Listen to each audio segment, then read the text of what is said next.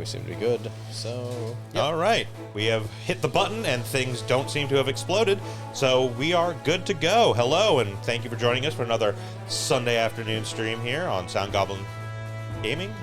This is another Super Robot Sunday as we get back to SD Gundam G Generation Genesis, and that title never gets easier to say. I am, as always, Bograt. I'm Shiv. I'm the Krampus. And I just say SD4G. So last time around we wrapped up Lost War Chronicles and are now moving on to Space Beyond the Blaze, which is what this game translates as. It is more commonly translated as Space at the End of a Flash. This is the story scenario for one of the most popular Gundam video games of all time, actually, Mobile Suit Gundam Encounters in Space. It features two of the, I think last time we figured out it was like 24 Gundams that were deployed during the 1 Year War, but this is 4th Gundam and 5th Gundam. It's overall a very interesting story, very cool. Red Gundam and Blue Gundam. Yep. Yeah. We did, between streams, do some team arrangement and also started figuring out what we're going to be going for our final team. So that is kind of in progress now. But yeah. This is going to be pretty much entirely space-based, as you may imagine from the title.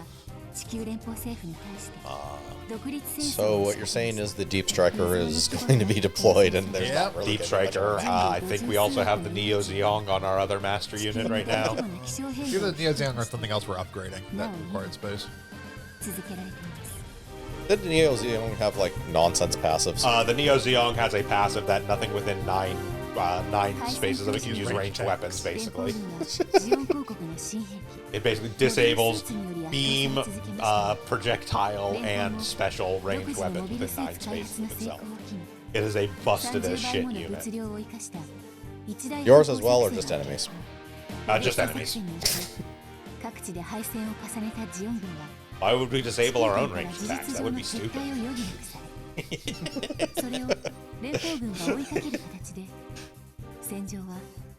It is worth noting there are multiple units in this game that only have ranged attacks. The vast majority of things don't have range beyond that. Yes. But there's like, I think we looked through it, there was like 2 units that can get more than a 9 range. Like Psychomu weapons can as you get higher. Like the Psychomu weapons can, but anything that's not Psychomu with a really high morale and a good awaken, like, you're not attacking past 9. Nope. I think it was like one of the like artillery units, if you had all the ranged abilities, could get like 10.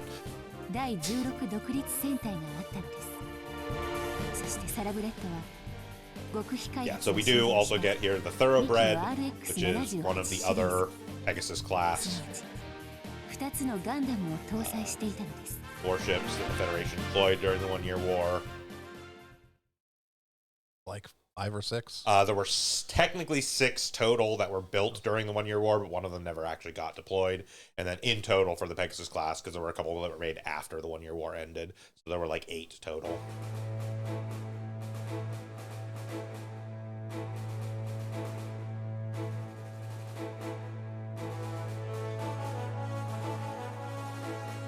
That being said, it is entirely possible, we'll figure it out if we really want to do it, that we might do some grinding off stream to actually unlock the Thoroughbred to replace our carry base.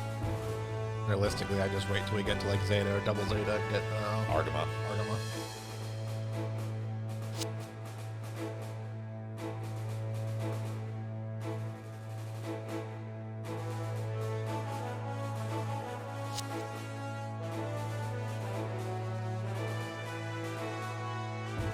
First in Lombard, next man in the great line of bearded spaceship captains.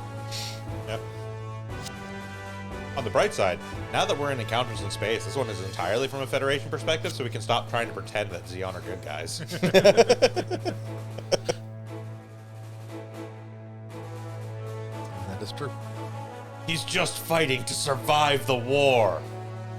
On the side that literally murdered a billion people by dropping a colony on Australia. Well, you know. Fighting to survive in a war where we're the darkest. And that is not their only war crime by any stretch. Oh no! I mean, Well, they gassed everyone in that colony all the people in the first. colony they gassed to death first.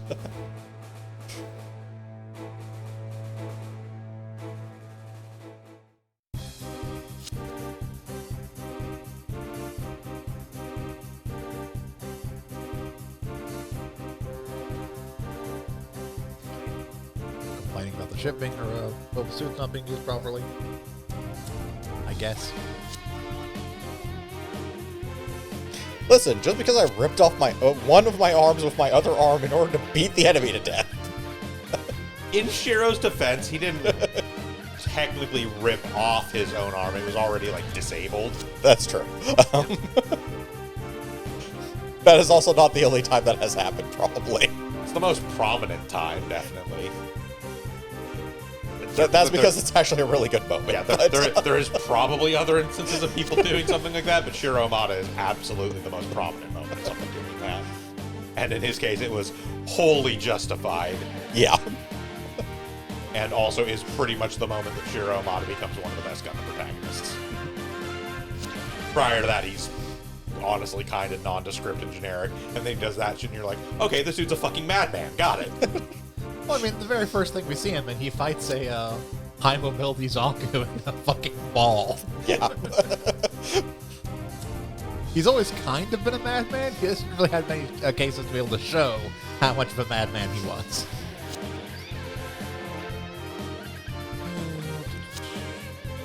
Although, I want the Gundam universe where the Federation really focused on ball development and made them into an actual threatening mobile suit, platform, whatever, device, weapon of war. Go with it.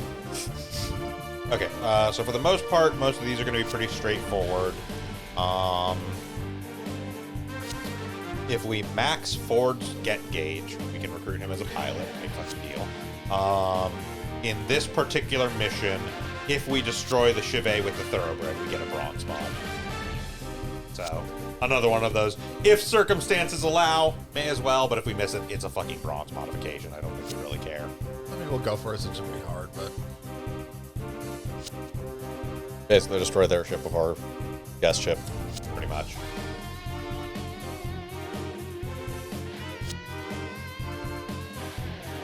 It's a bomb fellow. Yep.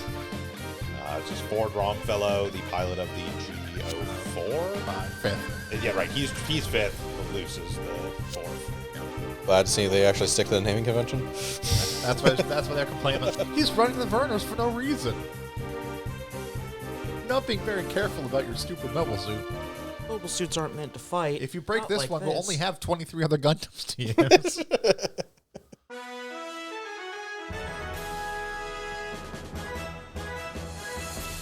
2つの G I'm pretty sure they face way more than 2 Gs. No, actually, it's a very interesting system they designed for these ones that doesn't allow at any time having more than 2 Gs affect the pilot. That's called 2 Gs. What? So, they have gravity systems, obviously. Yes. Very technically, if you use them, you could pretty much cancel out Gs. Not on something the size of a mobile suit. The gravity systems they have are really only available in warship-sized things. Okay. Until much later. So you know that whole thing, how that one gold modification we're going for is specifically the Minovsky craft?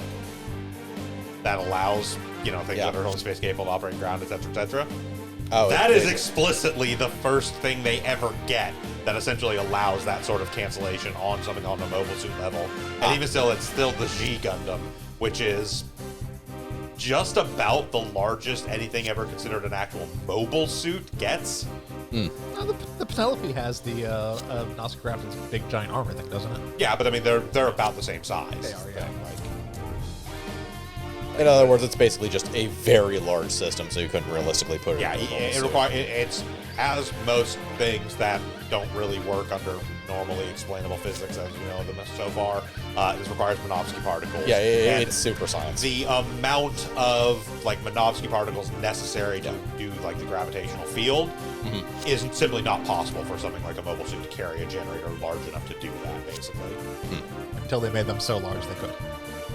Well, even then, it's like they are still like external things. Because even the G Gundam's Minovsky craft is technically like an add-on thing. It's not internal to the G Gundam. It's just the G Gundam never doesn't have it, so you don't really recognize that that's the case. Unlike the Penelope, which has the actual like. Which was part of the big giant coat thing. Well, it's because it's the Odysseus with the Penelope. The Penelope itself. Yeah, the Odysseus is the actual Gundam. Yeah, the Odysseus is the Gundam. The Penelope is the actual like Minovsky craft and accessory set thing.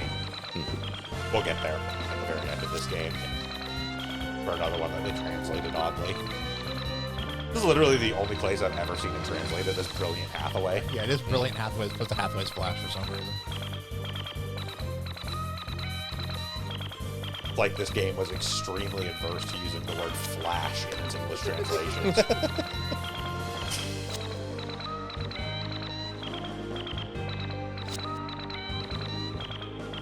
Hey, Gordon. How's it going, Vorton? Hope everyone loves this alarm sound. I mean, this is not the first time we've gotten it. It will not be the last. It is one of the stereotypical general Gundam sounds. It's like that, the missile alert noise. Yeah. The weird heavy breathing when you're underwater. And no, this is by no means the first session of this game. This is session. This is the third session of our restart of this game, which was something we were playing over 2 years ago. All of that should be documented on the YouTube channel under... At the time, it was still when I was spending time and effort coming up with clever titles. I think I put together a playlist for this one, but it may have been after I stopped bothering with that, honestly. Go to our YouTube. Go back 2 years. That being said, this is the first session of this particular scenario set. Yeah. So you're not really missing much story-wise as far as space at the end of the Flash goes, but... And all of these are contained enough, and they also just exist within the 1 year war, so... So far. Yeah. I mean, 60% of the game is contained within the 1 year There war, you I think go. we determined. We have almost escaped the 1 year war at this point. We have, I think it's just Missing Link. And then 0080. And then 0080, yeah. So we have 2 scenarios after this where we're still in 1 year war. Missing Link is a like 5 or 6 scenario long mission, so we'll probably take 2 sessions for that. So we're about a month out from getting out of the 1 year war. Essentially.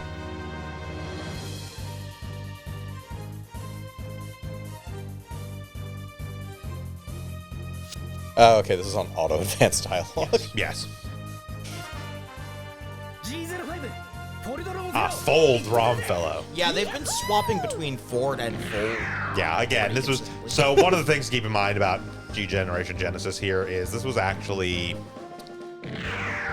pretty early in as far as the actual fully English translated Southeast Asian releases for these games. I think this may have been like the second one they really did any effort into, because I think the only thing before this was Moon Dwellers. Okay, I'm confused. What game did we have DCG cells and chocolate? That was probably Super Robot Wars T. That makes sense. Okay. Literally every second or third scenario in Super Robot Wars T, Master Asia would show up to rub DG cells on things. If Master Asia showed up and it wasn't like the last 3 missions, he was there to rub DG cells on something and run away. Also to make fun of Domo. That's the real reason he was there. And then he was like, well, I'm here. I might as well rub some DG cells on this Zonder metal and then go about my way. Oh, look! Invaders!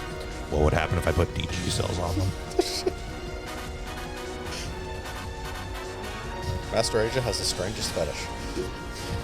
I mean, Master Asia does get basically the single best line in that entire game when he shows up and Domon is like, Master Asia, how could you be working with the Claw and his foul plan to like destroy humanity like this? And Master Asia was like, Domon, you fucking I'm not working with that dumbass. Have you heard his plan? He melts himself in the Akashic field. That's fucking dumb.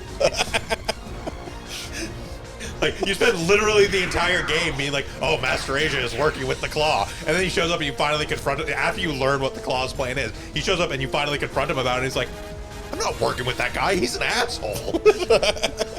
I just wanted to rub TG cells on shit. And then call you an idiot. That's mostly what I do when I show up.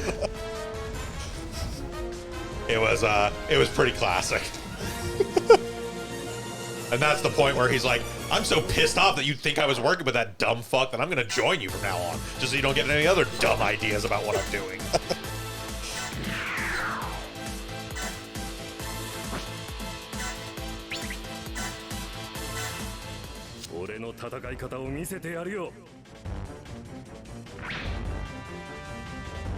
Yeah, so this is the SD Gundam G Generation series, which is a similar series to the Super Robot Wars games. Has a lot of the same sort of DNA within it, and a lot of the guys that work on one of these series also work on the other series. But unlike Super Robot Wars, where it's a huge mashup of like a billion different mecha series, these are the SD Gundam games are, as you may expect from the title, entirely Gundam. This one in particular, SD Gundam G Generation Genesis, is entirely Universal Century Gundam. We do have access to a few suits that are not technically from Universal Century, but those are almost entirely like DLC stuff that was just added as a like, hey, like here's a cool thing to have for DLC. But all the scenarios and all the stories and like 99% of the suits in this are from Universal Century Gundam. There is a follow-up to this one, which is actually available fully normally on United States Steam and everything. Got an actual full North American release called SD Gundam G Generation Crossrays, which is entirely based on alternate universe Gundam series. So Wing, 00, Seed, Iron Blood Orphans, etc. Not J Gundam. G Gundam is there, but does not have any scenarios. G Gundam is specifically suits only. Okay.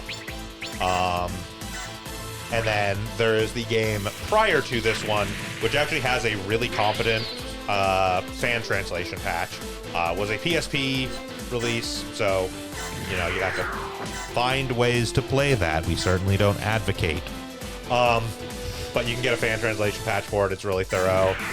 We will be playing that through that eventually on stream as well.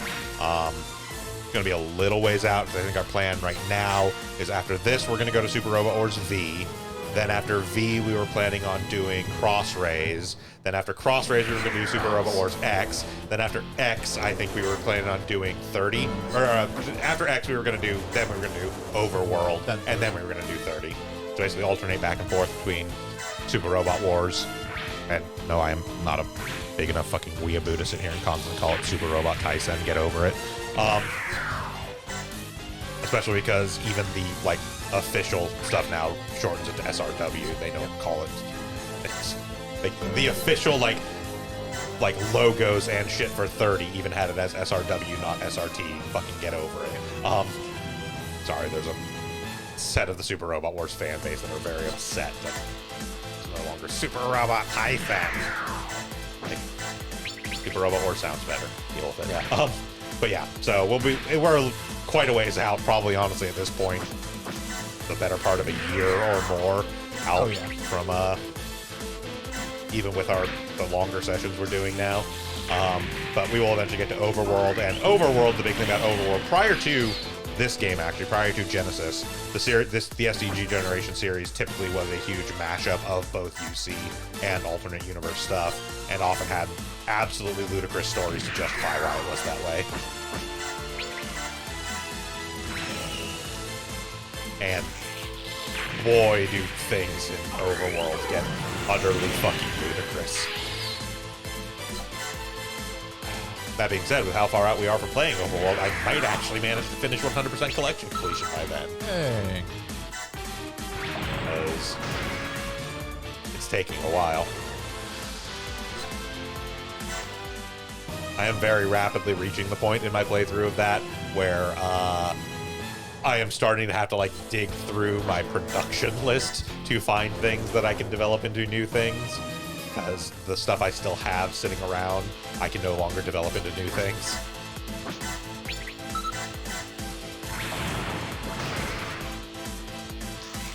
And I'm not even doing things in that game the way we do here, where we're like, I'd say we're like 40, 60, like 40% of units we keep around to make sure we can actually get kills, and about 60% of the stuff in our team we're working to develop into things.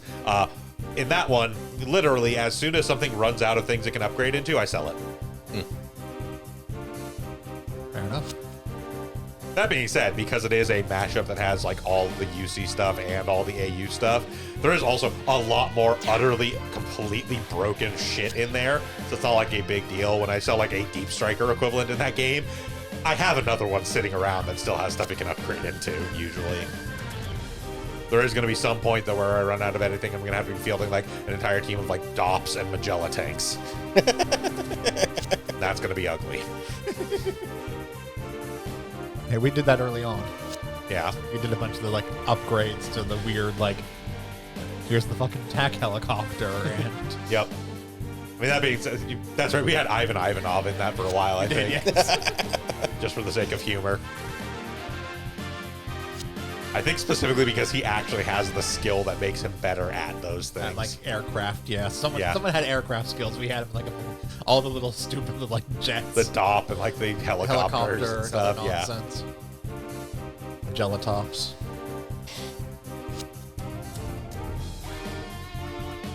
But yeah. Again, we are not at all concerned with 100% collection completion in this game. We are almost certainly not going to be concerned with 100% collection completion when we do Overworld. The only reason I'm doing it on my personal playthrough is because, unlike this game, where there's actually a lot of information out there on the net, Overworld came out kind of in the nascent era of wikis when they were first just becoming a thing. So there's not really a whole lot of information out there that's readily available. So I'm gathering that information so we can have it for reference when we play through. Because I like building spreadsheets. Was that Merit Sanguine or The more typical Balance? translation is Merit. They're literally both Yes. on screen. Yeah.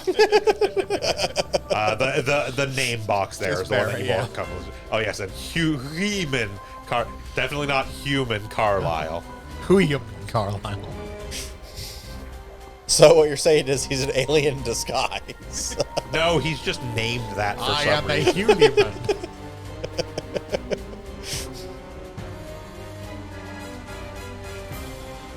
But yeah, Merit is the more commonly used transliteration for that name.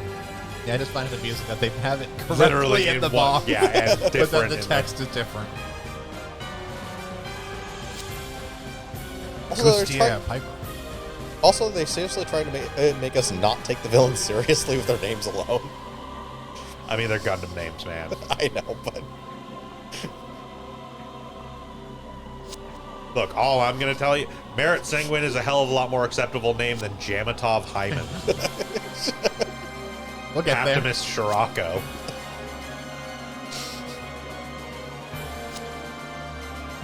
Look, he was going through some shit when he made Zeta. wasn't that the point where it was just throwing stupid names at them and they were accepting it? Mostly.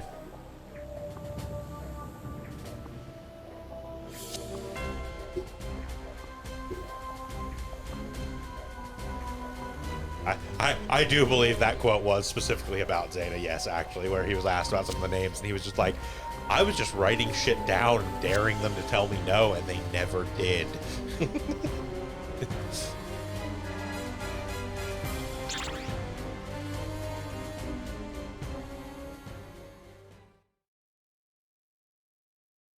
I collected every random syllable I could, somehow made names out of them, and they decided to keep them.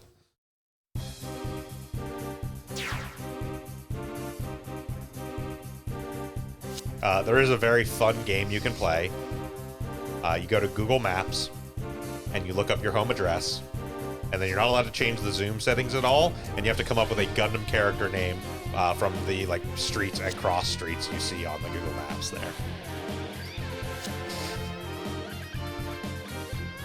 It's really easy to find the names. You just have like the Google Maps, say them out for you.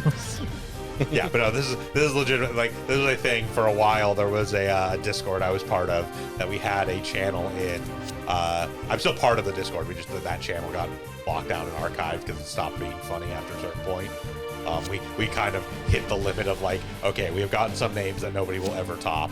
But it was very much a case of we had an entire channel where people would post the Gundam names they generated via this method. And if they were brave enough, they would post a little map image to prove they weren't just making shit up.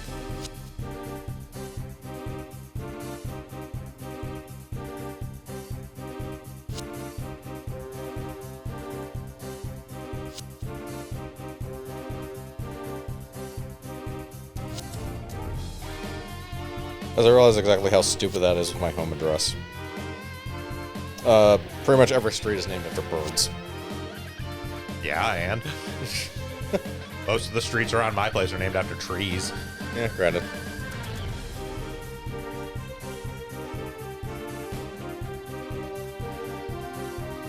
But would it be Finch Raven or Raven Finch? I mean, you get to choose.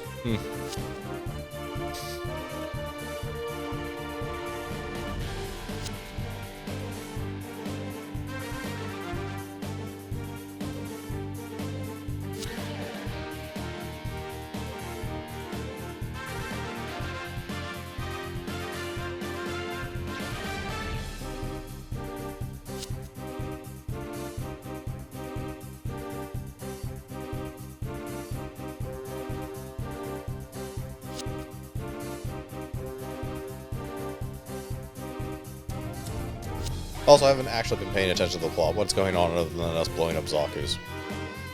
We blew up some Zaku's, and then some Xeon people showed up, and they were like, the Federation can't make mobile suits for crap. Let's show them who's boss. Also, there's another Pegasus class. We take that out, we'll be totally cool, and Castilia will love us. And I guess the Thoroughbred has like a stealth system of some sort.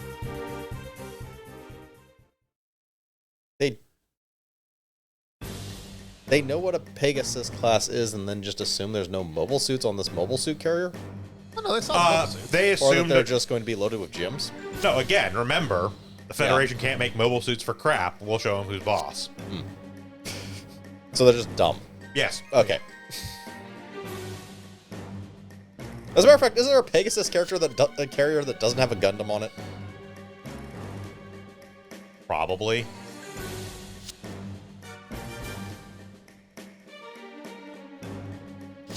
I don't think so. No, the Oh, let me pull the list back up. the one that was in 0080 doesn't have a Gundam on it. Because it's on right Colony. then. Yeah, Because it's on Colony to pick up a Gundam. Yeah. Let's see. The Alex was supposed to be transferred to that one. So there is the actual Pegasus. Which obviously has the... No, that's White Base. White Base has the Gundam. That's right. I don't know if the Pegasus actually has a Gundam on it or not. It would predate the Gundam, so technically they are. No, the Pegasus was actually the second. Oh, complete well. Pegasus class system. There's a delay. It was the first one being built, but it didn't get finished until after the White Base. It's like a delayed construction or some Basically. sort. Yeah. Okay. It's assigned to Luna 2, so I don't think it has a Gundam actually. Probably not. And there was the White Base, Obviously. which has the Gundam. There is the White Base Junior, which was completed right at the end of the 1 Year War, which I don't think ever ended up with a Gundam on it.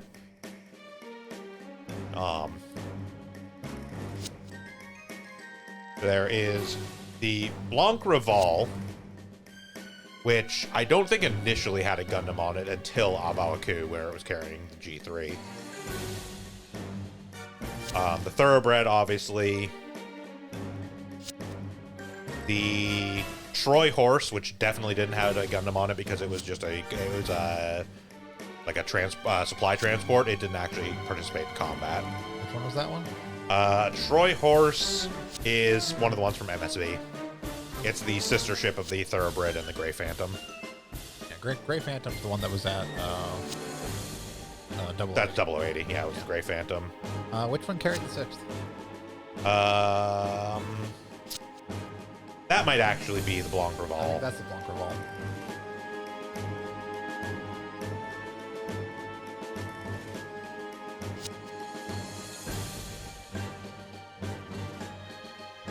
Yeah, it had the Mudrock on it. And then later, when it was used in the year 90, it had the Heavy Gundam unit too. I guess the Blanc Reval did. Yeah, no, it was actually about half and half. Yeah. And granted, depending on what they were doing anyways, so. Like the Phantom would have had one, it just never got a chance because the Alice got destroyed.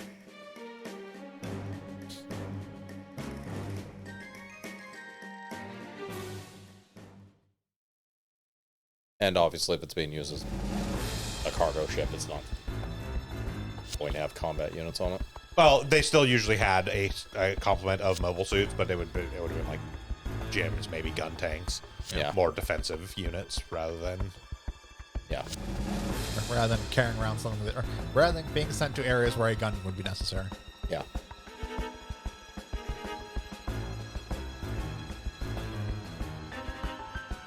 All I really heard was that there's a series of Pegasus class ships. They haven't made side stories about carrying Gundams yet. We need to further expand the 1 year war setting. I mean, they've already basically said they're not doing this. But yes, some highlights from the Find Yourself a Gundam name via streets. Bittersweet Gaslamp, Johnson Collier, Yoakum Elwood, Tagualda Argomedo. Yeah, Vorden, Google Maps can sometimes be a weird time travel thing. Axton Mertz, Eris Appledoom,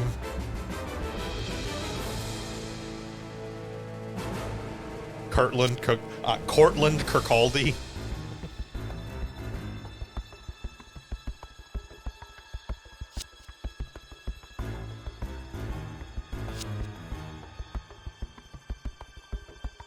Plumpter Stoney, Little Plumpter. Damascus Agincourt,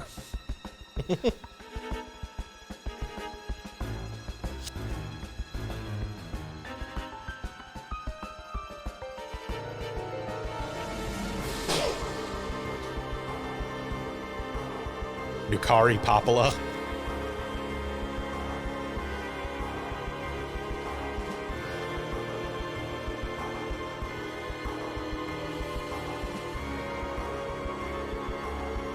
Jasmine Jean Lafitte, Martin Mass Swenson, and Ingham Arnsby.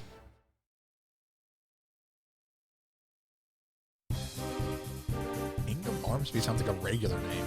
You found an actual human being with that name. Some British dude. Yeah. Langman Timpson, Not so much that one.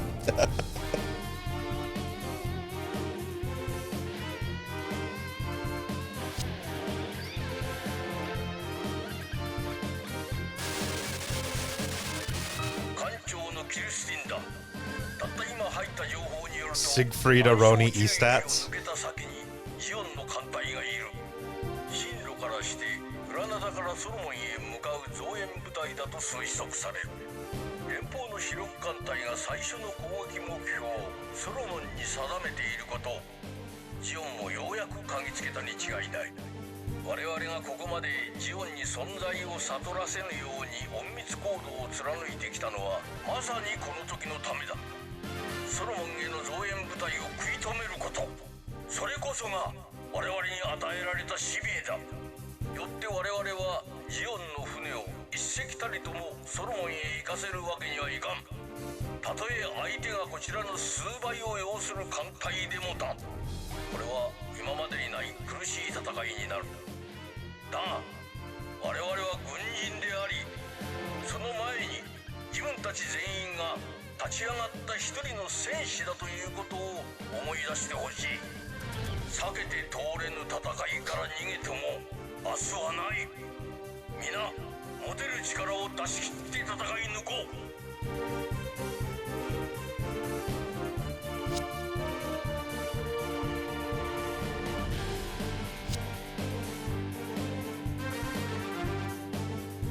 cares, Fold?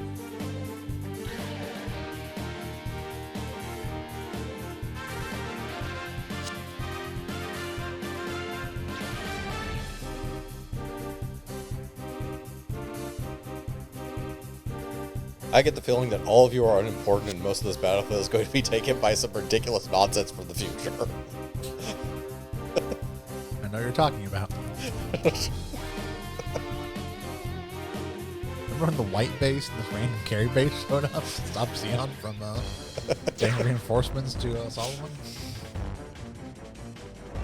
Okay, the white base is almost reasonable on that part, and it, nothing else.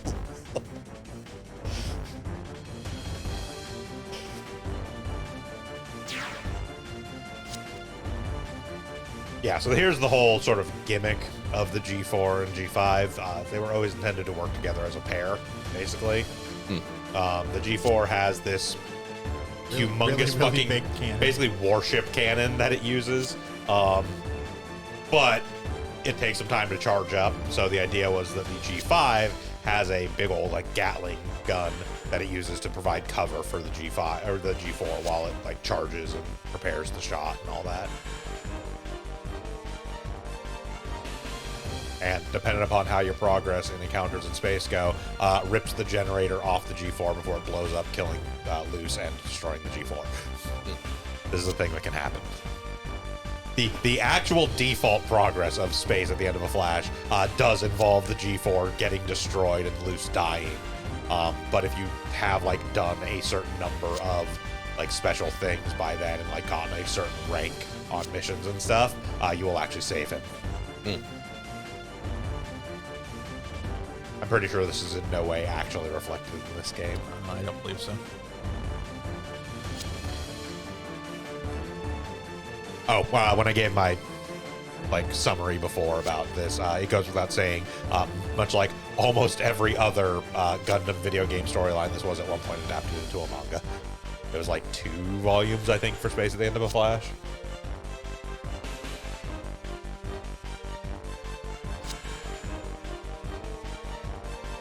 Attack them in the butt. Exactly. Butt stuff.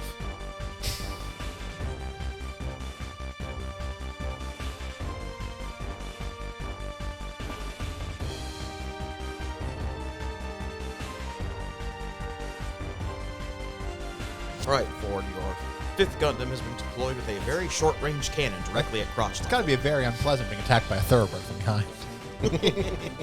Personally, I'm just kind of baffled at her like comment about like we have less battle strength. If I'm recalling correctly, the Thoroughbred, being a Pegasus class, does have a Medica particle cannon. That's having Yeah. part of the cannon. Also, you have 2 experimental Gundams.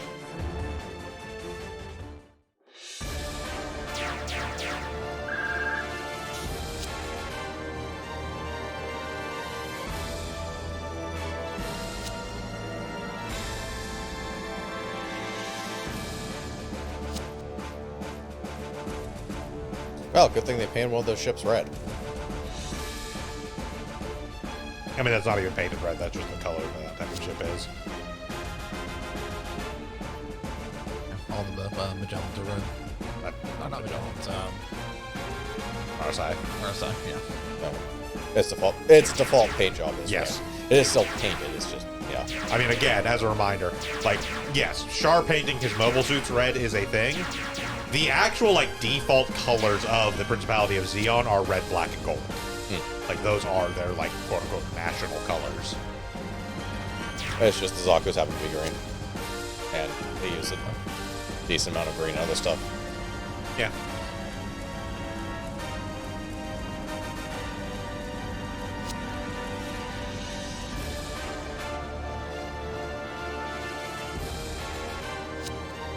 Because designing every mobile suit to actually be camouflaged with the environment will make for some boring visuals, quite frankly. Pretty much.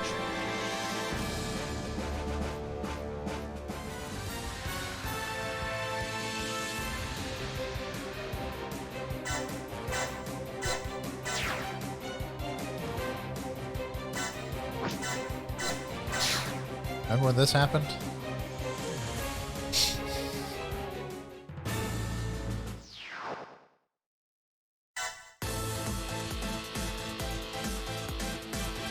Yeah, so this is even the actual like special thing is the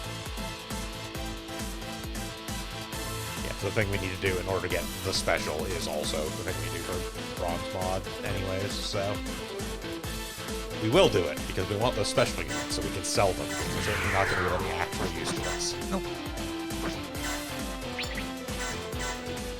戦場では臨機応変に対応しましょうってね。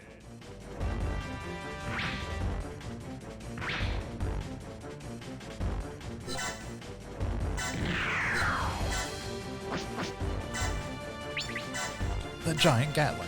せっかくのガトリング装備だ。腕が鳴るぜ。一気に叩き潰せ。 Like right now, the Ford doesn't even have the もらった。 Yeah. ridiculous beam rifle. No, that's I think the second mission is probably going to see that. So, pilots of the 4th and the 5th are actually just normal Betty soldiers, right? I mean, Well, in so much that they have, ostensibly. in so much that they have faces and actual names, no. But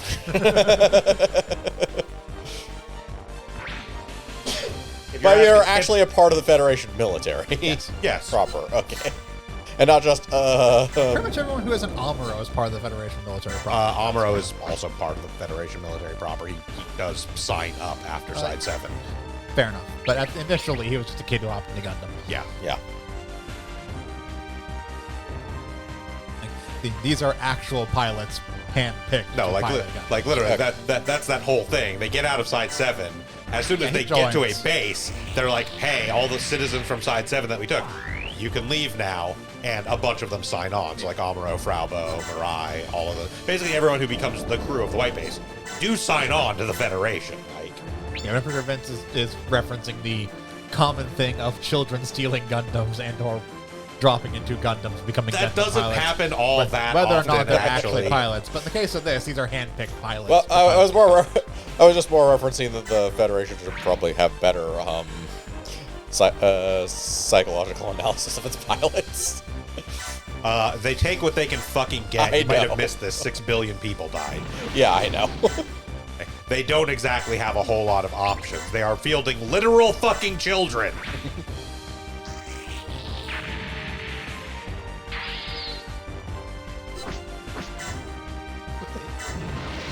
You would think, though, for an experimental unit, you would at least get someone who is ostensibly more likely to obey commands. I mean, here's the thing, because in the background, Hunter Green is kind of going through stuff.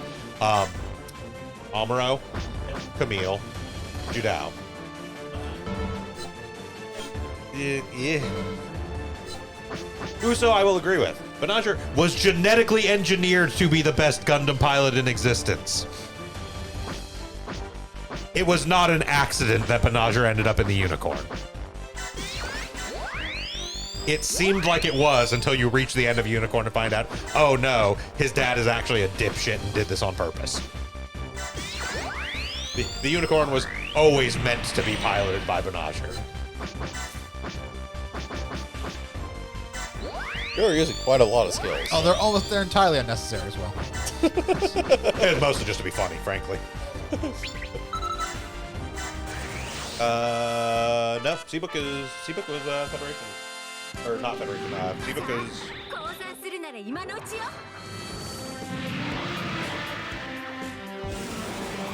Bye.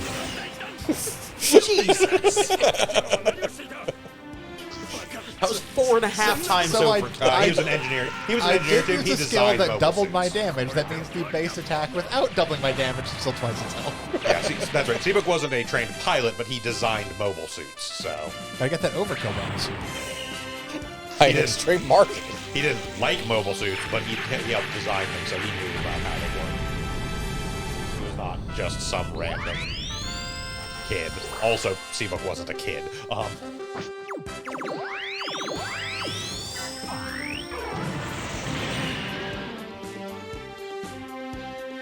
Yeah, no, it is not nearly as common as you think it is that it is just some random kid falls into a Gundam. If anything, you know, considering what we talked about, how there are like 24 Gundams active during the 1 Year War, of those, like 3 are like random people. Yeah. Most of the rest are actual Federation pilots. like signed and certified and trained.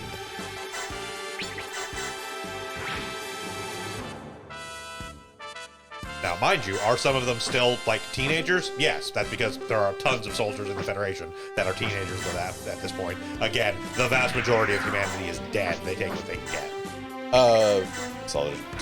Soldiers even in the real world tend towards younger ages in the first place, so technically teenagers. By that I mean like 18 to... Yeah, no, we're talking like 15 and 16-year-olds pretty commonly. Yeah, I know. Oh, right, Church of Colder leveled up. Yep.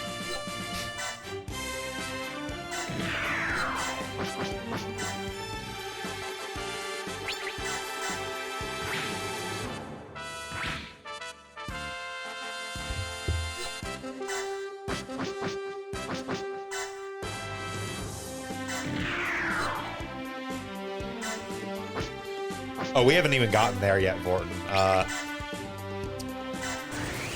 So yeah, the whole Archimedes death ray thing. They do that in Gundam, but in space.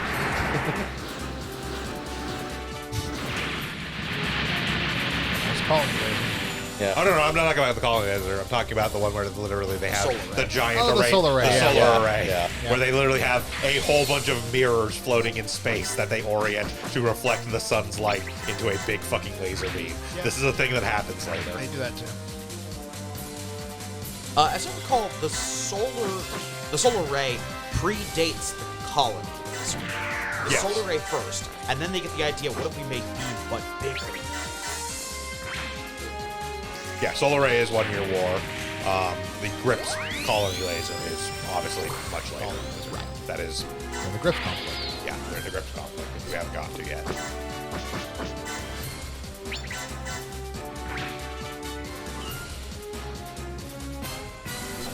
Figuring out how to weaponize space as much as possible. Oh, there's way more devastating things you can do in D&D than an Archimedes death ray board. A bag of holding full of great swords and the telekinesis spell. The peasant railgun. A big metal tube full of arrows and the repel wood spell. The locate city nuke.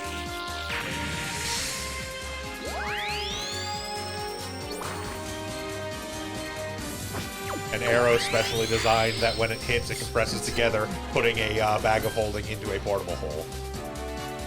Calculating what happens when you fire an arrow that turns into a bird to return to you after you fire it and then travel to another planet. Being a level 20 druid. Or cleric. Don't even really need to be 20. No. No.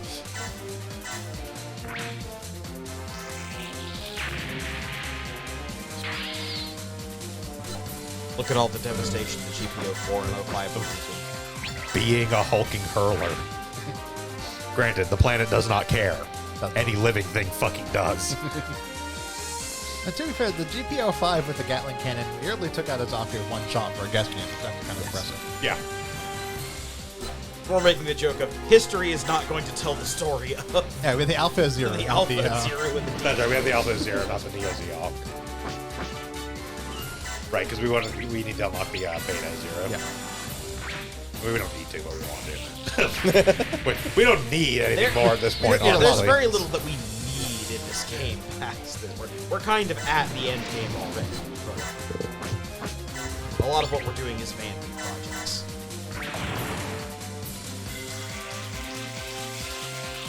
It's 20k. Yeah, it still killed it. Yeah, because you can use all your skills.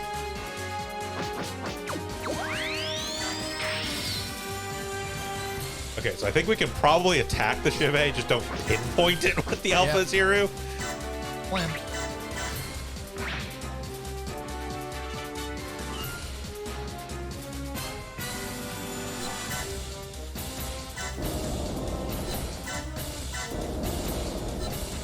What are the armaments on the Thoroughbred anyways, actually?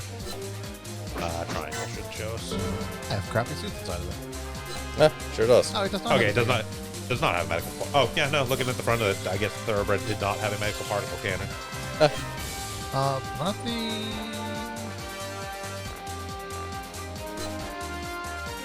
Is the Mega Particle Cannon on the white base and the side things? Yeah, that's what I'm saying though. Is like looking at it from the front, where the thoroughbred has the angle from it's a little hard to see, but if you look where you're supposed to look, like it's not, it doesn't have the. Oh yeah. Okay. Oh yeah. Yeah.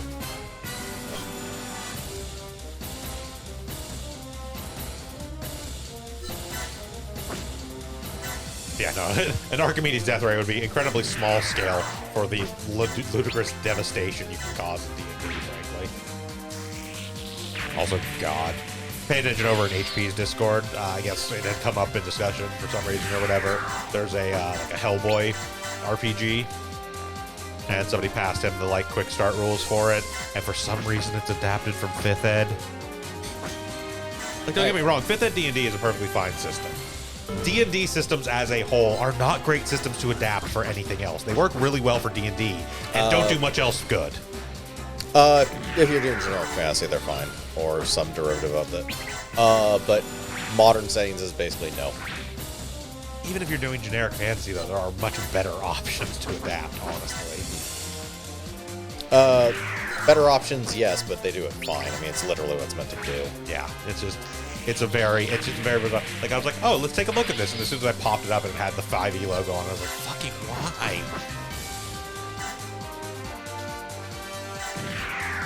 But yeah, there are plenty of systems that you would need for a modern setting that don't work and are not thought of for D&D, because why would it? Like, God, I don't even like the system, but for Christ's sakes, use Fate.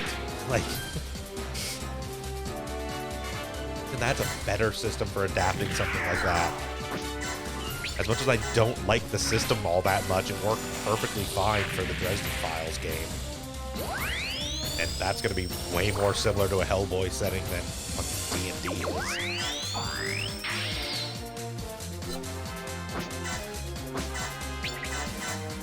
Like, use fucking Genesis. Okay, don't use GURPS. That's an entirely separate issue. Use fucking Savage Worlds. Use 5e. Just why?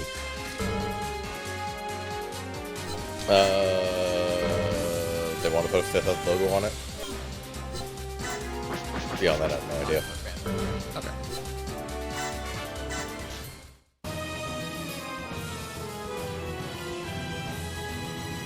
So you'd rather just leave in the thing? Okay, the only...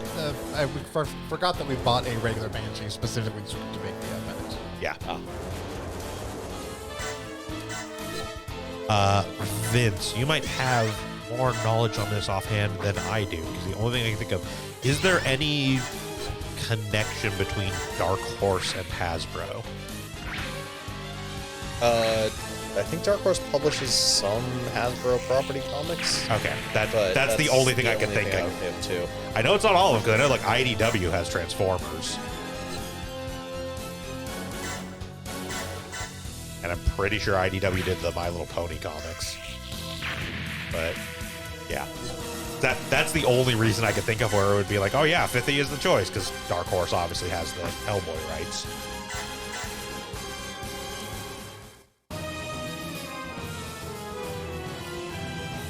That is Rick Dom Fortin. Thank you very much. Do not juxtapose those letters. You end up with a very different game.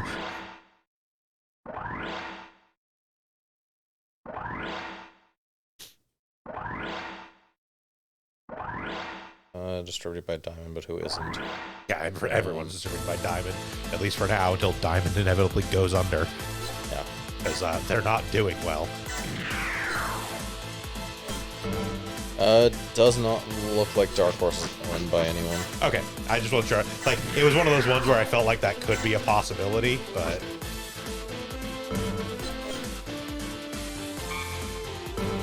yeah, I don't know. I got nothing on why it would be a 5th Ed adaptation to do the Hellboy comics.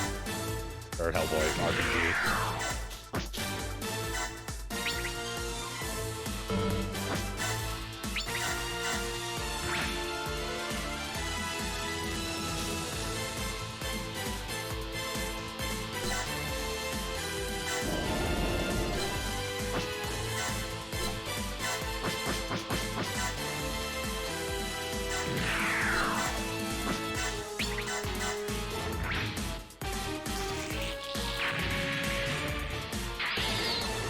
Yeah,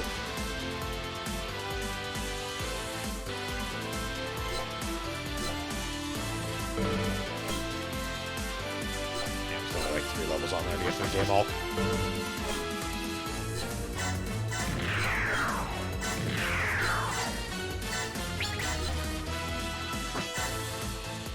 No, if anything, precisely because of other comic book companies getting consumed by other media, Dark Horse has less and less connection to other companies. Yes, Morton, the Chevette needs to be destroyed by the Thoroughbred, but we can hit it with other things to weaken it. It just has to be the last hit has to come from the Thoroughbred. Yep.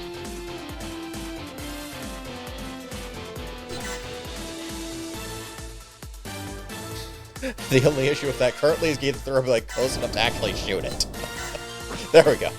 Yeah, Missile Barrage is the one reaching it. That's both of reach, but it's gonna take 2 shots anyways.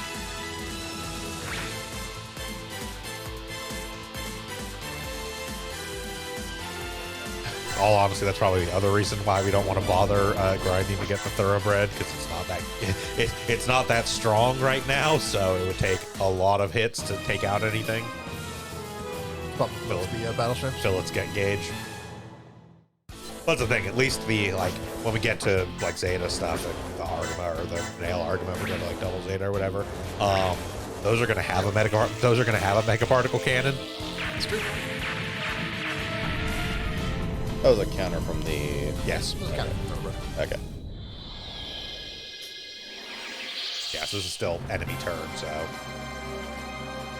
Challenge completed. Yep.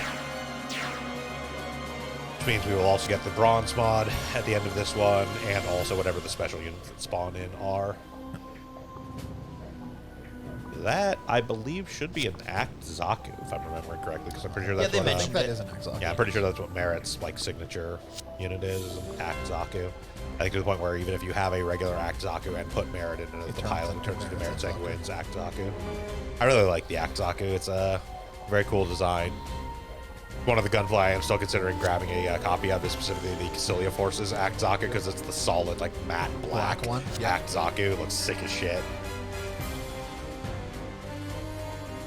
Who knows? If I do pick that up, you may be able to see it under construction over at HP Braincase.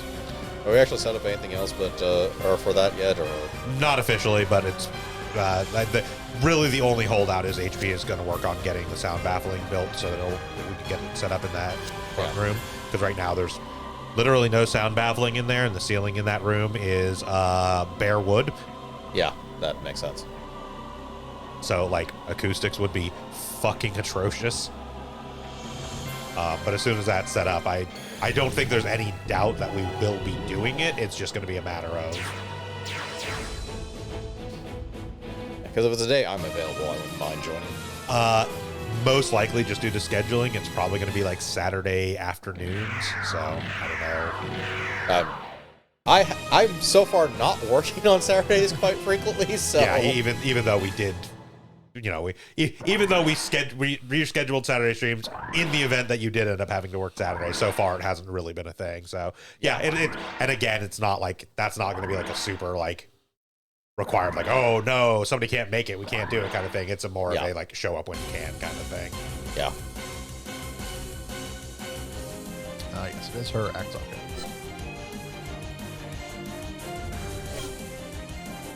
Which is just, I really like the Act Zaku design compared to your typical Zakus. So what is the difference between a Zaku and an Act Zaku? So design-wise, the Act Zaku is a lot sleeker. Doesn't have a lot of the little antenna and sort of deedly bobs and whatnot. From an actual practical standpoint, the Act Zakus were designed both with better mobility than a typical Zaku, and also as sort of almost special forces kind of unit. The big deal they make, at least in this scenario, the Act Zaku has magnet coating so that its joints are more responsive. Yeah, it is, again, much higher mobility, and the primary difference, so again, like I said, the big thing is that they're, the one that I was looking at is the Cassilia Forces one. The Cassilia Zabi essentially operates the special forces of the Xeon.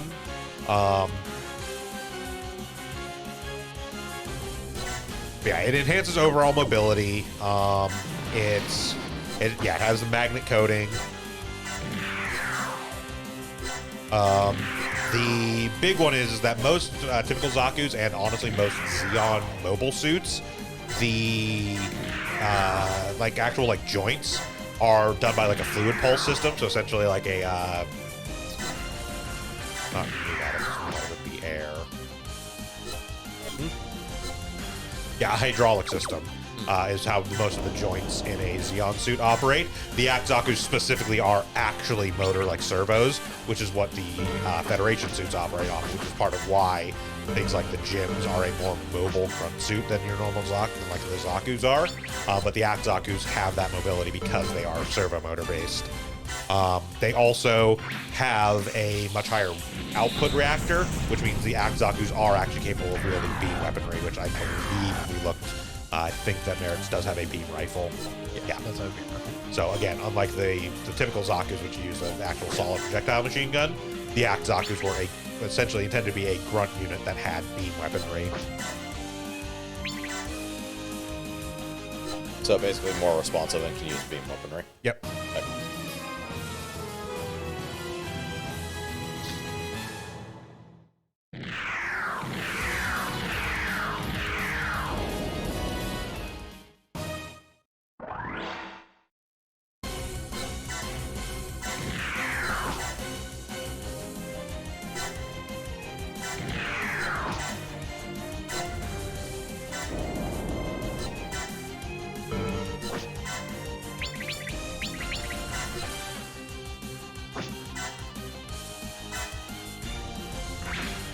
Goodbye. What do you want?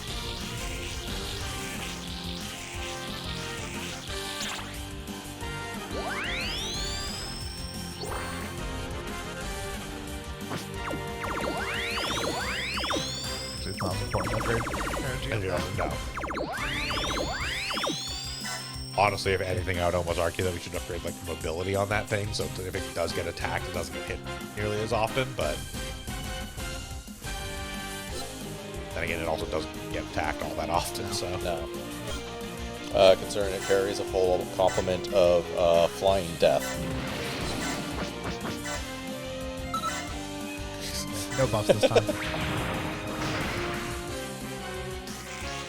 oh, only 51,000. Such a paltry amount.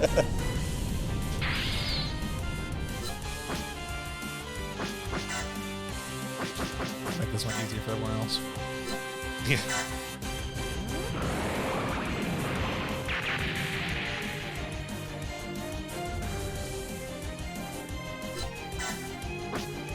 Okay, what needs experience?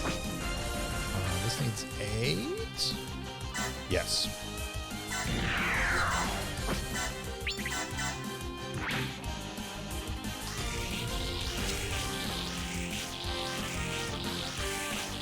By Piper.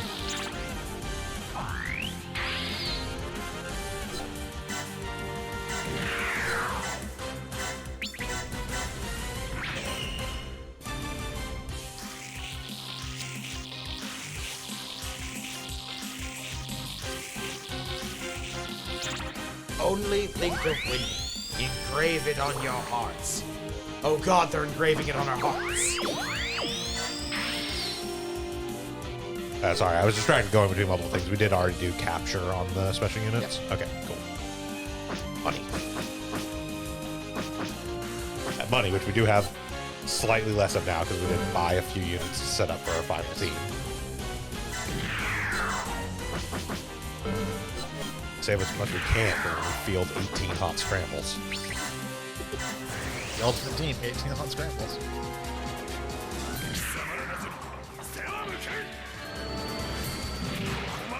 Fire the dick laser. Yeah, it's more like a gut laser. It's still dumb, but it's more like a gut laser.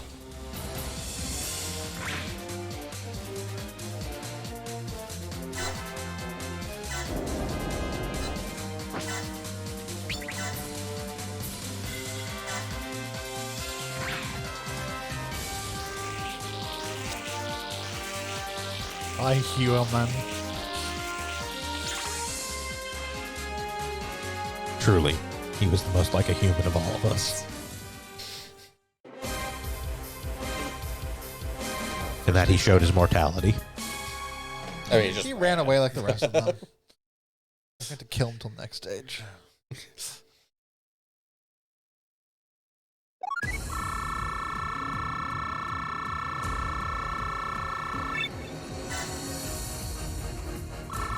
That shocked the person who went arrested in blowing up warships. Yeah, the Deep Striker. Although notably, Rancho Chipotle being in third is a nice change. That second place was And, actually one and of our fucking warships. and fucking Anna Rose not being in the top 3 for once. I didn't deploy her. Yeah. So it is worth noting we kind of cheated on that one. The reason that Ford's get gauge was full was because we had already actually made the 5th Gundam. It's already on our production list, so it's considered to have a full get gauge. So it just automatically goes, oh, here's Ford Longfellow. Quick to see if anything is developed. Much easier to do this from groups. Yeah. It looks like we did get 8 on Sharzaku too. We did. So, do that guy. It's gonna be 3.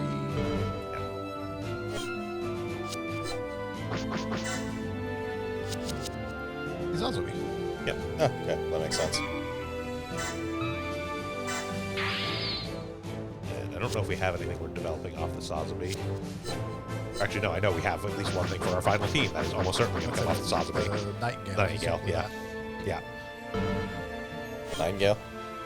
So, Char's counterattack effectively has 2 different versions. Because there's... Okay.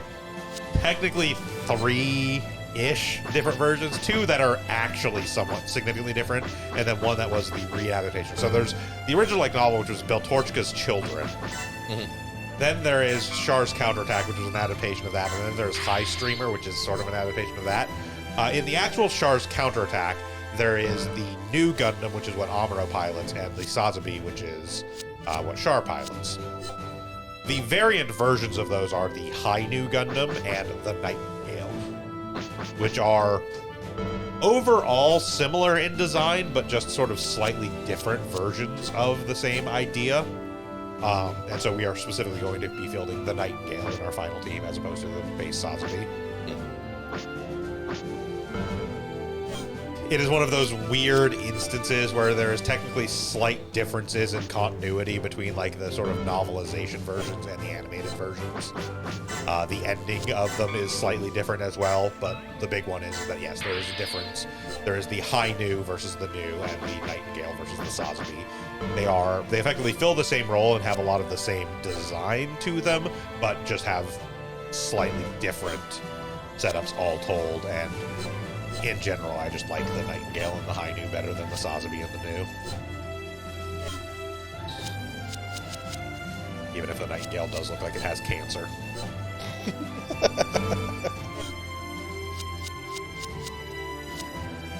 So, we have a Nemo 3 now, but we have nothing developed off the Nemo 3. So it is effectively a deadline. We need to pick something to do with it. Similarly...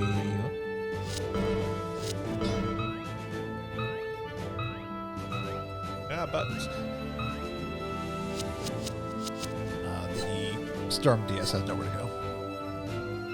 Okay, I mean, I don't think we really care on that one. I think that was just like a thing we had there as fill-in, so we can throw whatever on there, honestly. Take the verniers off of it, and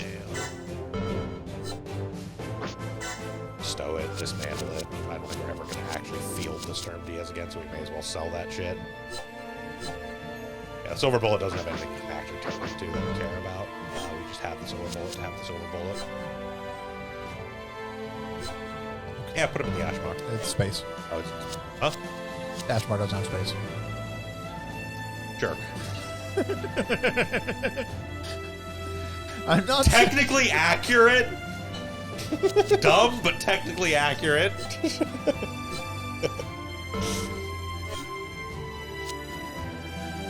That's a Jefferson is a big boy, I'm pretty That's a sure. Oh, Oh yeah, no, the jammer fin would be. And that's all new stuff. So It's going to we'll turn go into a with bunch of big shit, but the jammer fin itself would not be that big. that. Also, we have this gun cannon. Do we have nothing to develop it into?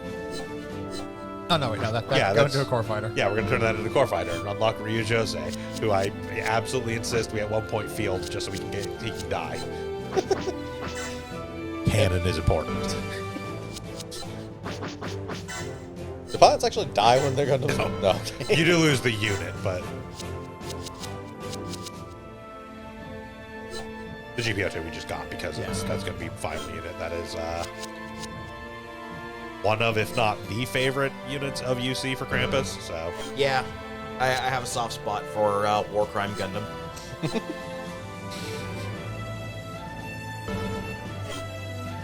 Even has a crown to signify it as King of War Crimes. Okay, so this is just something we can develop off of it. Looking for other mass-produced suits, since this is technically space.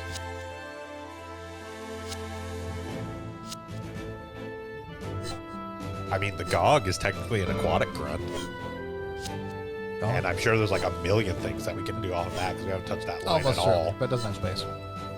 There's Harley again. Despite the fact that, like, one of Xeon's whole things was starting to use aquatic suits in space. Considering they developed an entire aquatic line and then had to abandon the planet. That does make sense. Yeah, Jim Jim Command. Sure.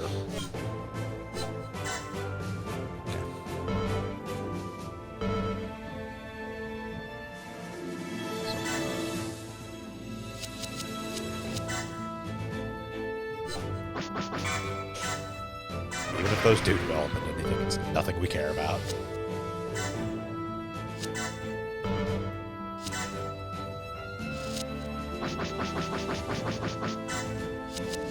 Uh, 4,800, I want to say, or 51. I can't remember the ways for that.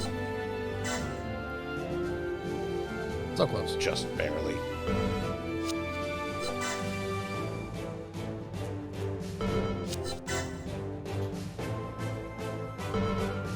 Yeah, I don't think anyone else. Sounds like- Yeah. We are at the point where everyone's stuff is thousands of. Oh, look.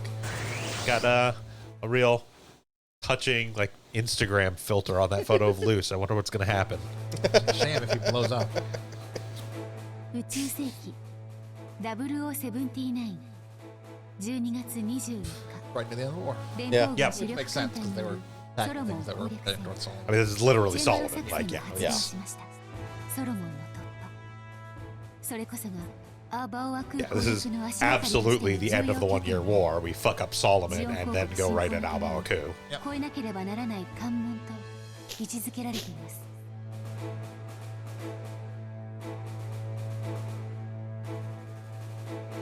我々第16独立戦隊サラブレッド隊は月面基地グラナダからのソロモンまたはアバオワ空への増援部隊の殲滅が任務であり For stealth operation. 先行行動 And 能力 this の装備 big fucking 高機 cannon. 動型モビルスーツガンダム4号機と Hope it doesn't overload the reactor on the Gundam. そして Need to be stealthy till you get in range to fire your big fucking アバオ cannon. ワ空へ向けて At 発 that 進 point, した stealth ceased to matter because your ジ enemy オ is ンの dead. 増援艦隊と交戦 Yeah, so no special on this mission. Just 我々の任務は again, we will get some like 事態は最 two 悪です people just 我 for 々の姿を beating it, 敵に just さら like け all 出 the して other しまった scenarios. People we will never それ field. は先行行動によって力を発揮する我々のような小艦隊にとっては致命的なミスなのです It would be an issue if two other ships didn't randomly. If this duplicate light base それ相応の対処をして Gary くれ base didn't show up in the middle of the fight. そしてそれは間もなく起きたのでしたフォルドにとって大きな試練となる出来事が私たちはガンダムの底知れぬ力に酔っていたのかもしれませんそれがどんな危険なことかも知らず I mean, to be fair, the Gundams that we field, you could be not really put out by feeling drunk on power, they're capable of.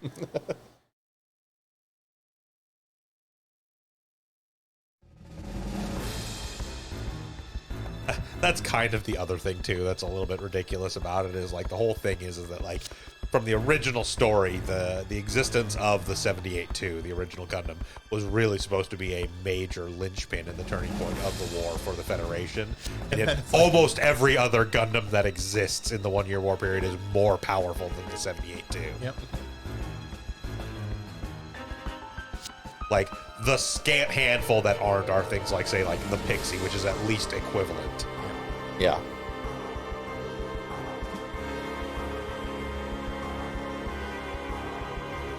Ah, but do they have a giant Morning Star weapon? No, I don't think any of the other variants have. I don't know. I don't think anyone else gets the Gundam Hammer. That's okay, though. The Gundam Hammer isn't actually that useful. I think they made one, gave it to Amuro. It's like, forget we made this. Gatling guns, lasers, anything but a fucking rocket hammer. Clearly, they must have made another one at some point, but we're not sure exactly when, because then it got like buried for thousands of eons until it could be unearthed and become part of the armament of the Turn A. Sure. Yes, it is important to note the Turn A also has the Gundam Hammer. I'm just going to believe that it has the original Gundam hammer, since that's... It can't possibly be the original Gundam Hammer. It has rocket boosters, and the original Gundam Hammer does not. Oh, fair enough. The Turn A's Gundam Hammer has rockets. Upgraded the Gundam hammer to have rocket boosters? Does anyone comment on exactly how stupid that is? No. Okay. Trust me, it's one of the least stupid things in Turn A. We talked about this. Turn A's entire premise was supposed to be all Gundams actually took place in the same universe over the course of thousands of eons. Right.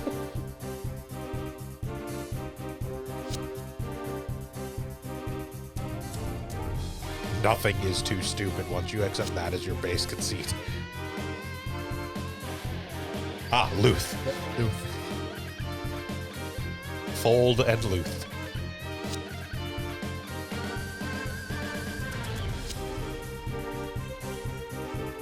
Like, I can get Fold from the LR thing, but where the hell do you get Luth from? There is a similar but less common STH thing for...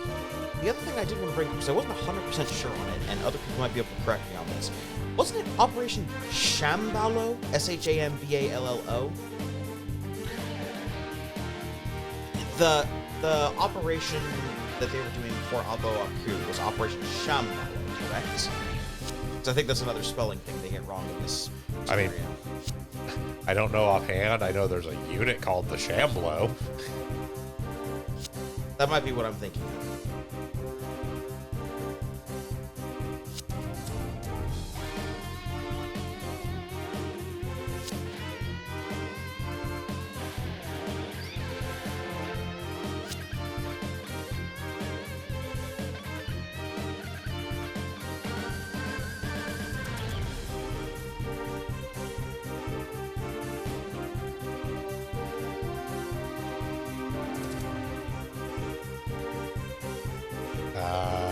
I mean, the actual attack on Abao Aku, I believe, was Operation Star 1, but... I gotta disregard me. Although, as an aside, Operation Star 1. Yeah.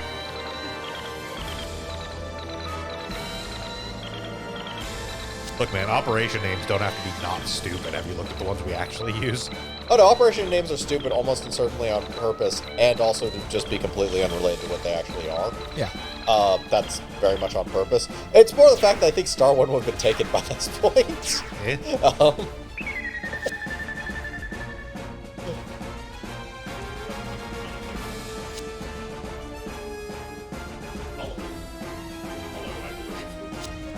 Sembalo, yeah. That's what I'm thinking. Yeah.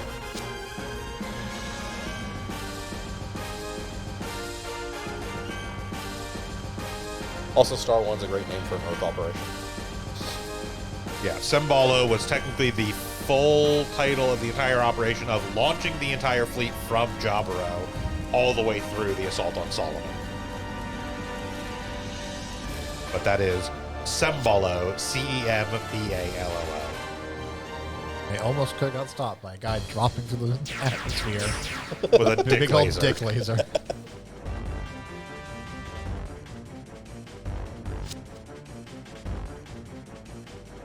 Yeah, and then they proceeded basically directly from Sembalo into Star One because it was like the whole point was capturing Solomon opened the path to Abaku.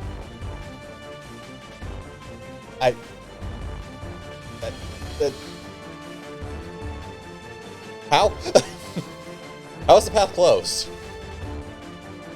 And Gnostic particles, don't ask questions.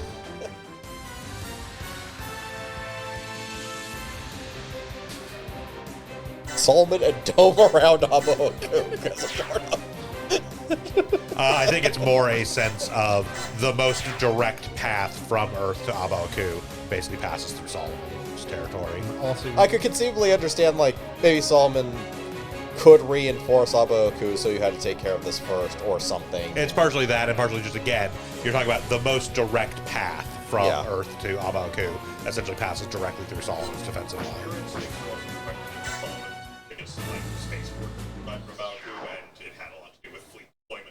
Oh, okay. Yeah. Yeah.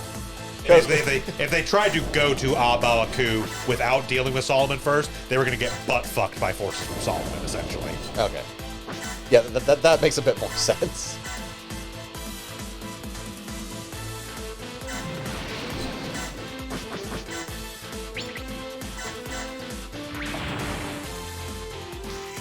fine. Yeah. Too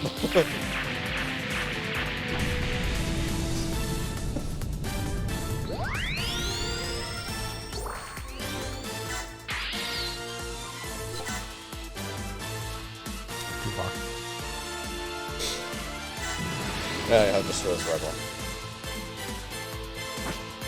I use the enhanced beam mechanics. It doesn't have piercing. Not do a critical hit. Now you can see this enhanced beam cannon this thing has for some reason. There you go, little beams on the sides.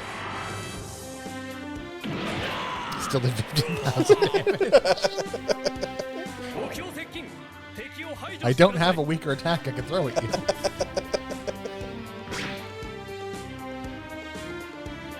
You're specifically trying to destroy that with something else. I specifically need to kill it with Loose. Luth or Fold.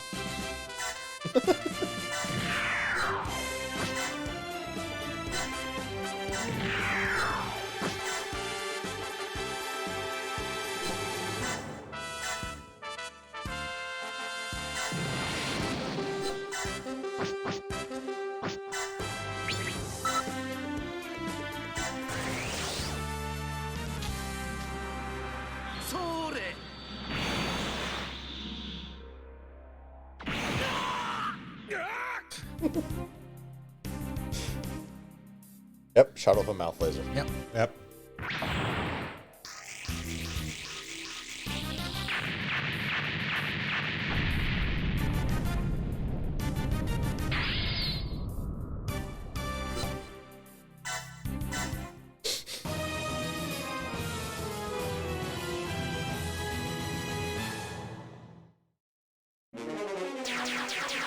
Oh no.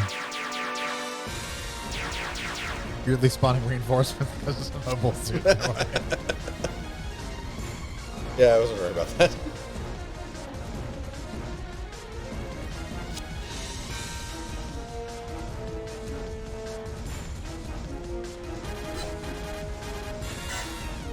Oh! Now you fucked up! Now you fucked up! Now you fucked up! And this is the reason why we upgrade the energy.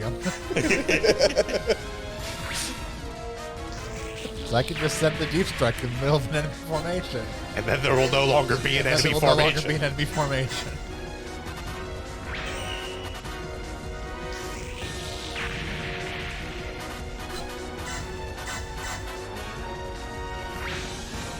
It is very much an instance of at some point you almost don't want to counter with it just so we can actually get kills on things that still need levels. Yeah. お前なんて俺一人で十分だぜ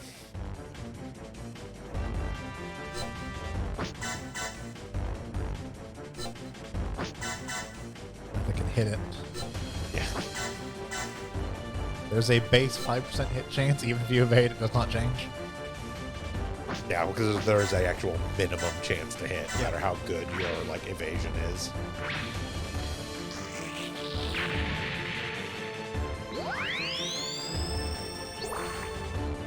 Is that all we needed on Alpha Zero, I think? I will check when we get a chance. I want to say 6. Yeah, I know it was either 5 or 6. I don't remember off. It's top of definitely my not head, higher and than it's 6. actually, considering where it is alphabetically, it'll actually be faster for me to just check on my spreadsheet than wait for the turn to come up. Alpha is 0 into beta is 0 is 5. Oh, Okay. So we are done on the Alpha 0. leave you alive then, Blocker. That way you can be killed by who knows what spice. Banshee, probably. It's on the other side. Yeah, You can deal some DOMs. fair enough.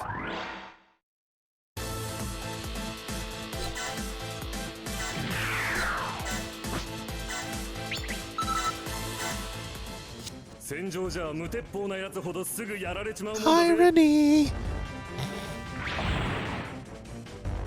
You just flew in between 3 DOMs in order to shoot a warship.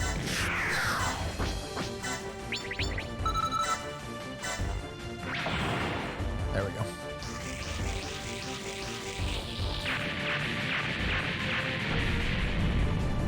Also, the irony being, I think if we check, because I was talking about last mission where we had the get gauge already full on forward because we already had the 5th Gundam. Yeah. I don't think we ever made the base 4th Gundam. I think we did the boosted 4th Gundam, but I don't think we ever made the basic.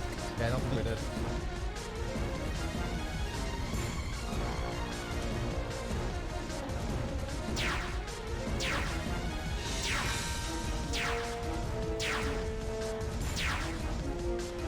Well, that would last like 2 turns. Oh look, more garbage.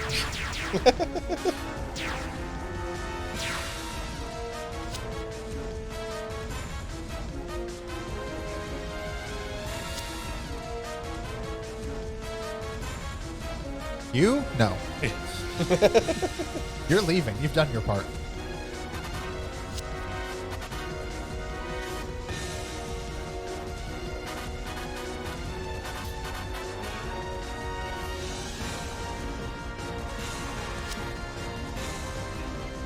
Cut to the young commander. Shit, our first wave got destroyed. Oh god, we went off course and found a fucking Federation ship. What the fuck? They have Gundams? Oh, shit. Shit. That one thing over there just flew up and shot a single beam and blew up the ship. I hope it doesn't come this way. Wasn't even the big one. It's still pretty big, but not the big one. That is the Alpha Zero, the big one.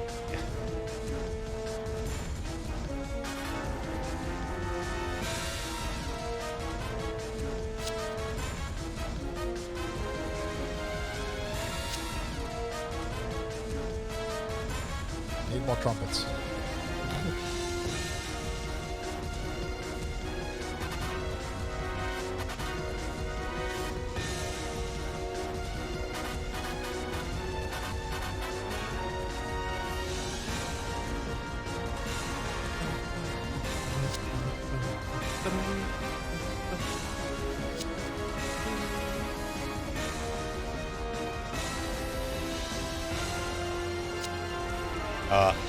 Three. We have 3 transports. Well, it's gonna be a real cramped time then.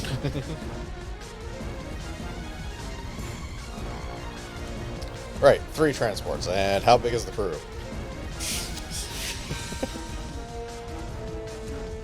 Actually, that's a good question. How big is the crew on all these ships? Actual crew capacity or what they are capable of operating with? Let's go with both. Because the thing is, the whole thing with White Base is they basically operated with explicitly a skeleton crew just because they were like, oh, we don't really have more people to actually like put on your ship for the most part. these warships can actually be operated with very few people. I think in total, the actual necessary crew for Right Base was like 12.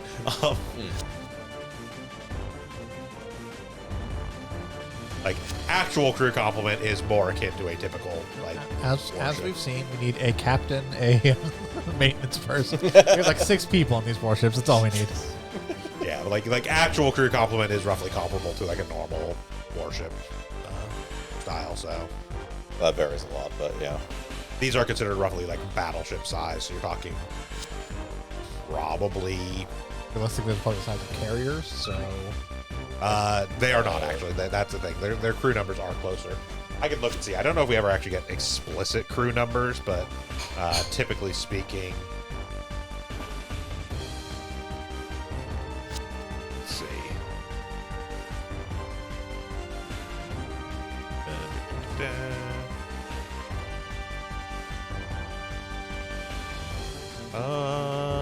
We do not actually have explicit crew numbers. But just in general, based on the stuff we've seen, we're probably talking in the realm of like probably 100-ish crew, maybe. Okay, so that's actually small for a ship, so, but they wouldn't need it really. Yeah. I mean, it's hard to tell, mostly because we only ever interact with like a handful of officers on any that given being the ship. thing. And there's clearly a bunch of people working behind the scenes to make things work. Yeah, they have whole crews and stuff, but like the other thing being to keep in mind, again, Maintenance isn't the one maintenance guy we deal with. It's No. our maintenance team. no, but again, the other thing to keep in mind is that yes, it is smaller than what we typically see for like modern warship crews, but also we have much more available in the way of actual people in our armed forces because like 80% of humanity wasn't killed in a horrific attack. Like again, as a whole, both Xeon and the Federation operate on basically skeleton crews for almost everything. Yeah, for example, an Iowa class battleship, full complement is 2,700. Yeah, I mean, again, it's almost impossible to tell, just because again, we deal with like at most maybe a couple dozen characters, Yeah, if that, on a given ship. So, but what? like you have literally seen every character we know of who's part of the crew of the Thoroughbred. Yeah, but I mean, a few hundred probably sounds about right when it comes to Yeah, skeleton crew. skeleton crew, or even probably even full complement for what these things are actually built to do. And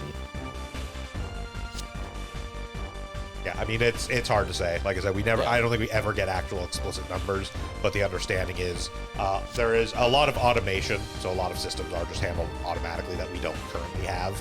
yeah, Which is like that's the thing is like yeah, the complement for one of those ships is 2,700. A lot of that is stuff that presumably is automated by this time. Iowa class is not. I don't think current, but yeah, Yeah, It's but a like battleship. It's not current. yeah, fair enough. But We like no longer field battleships in combat. yeah. but even still, like the point is like yeah, even still, modern battleships are probably like in Modern the battleships don't exist. Well, we do modern not have war- battleships. warships. Modern carriers, which would be they're similar in numbers. I know that. Yeah. So, but, like, there's a lot of stuff that if you have decent automation and operational automation, like, that and the complement of mobile suits on a Pegasus class carrier is how many? 6. Yeah, the complement of fighters on a battleship or on a carrier is far more than 6. Yeah, we do know that number explicitly. The Thoroughbred carries 6. Yeah, That is its capacity. Is that its capacity, or is that what it's carrying? That is its capacity. It can carry 6. It has like berthing and facilities to handle 6 mobile suits. and we can shove 12 in this game anyways, or 13 actually. Yes. Yeah, No.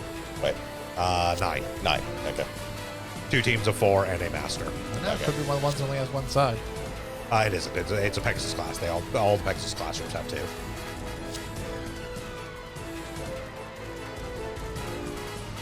But no, the white base class, the Pegasus class by design was designed with a capacity for 6 mobile suits.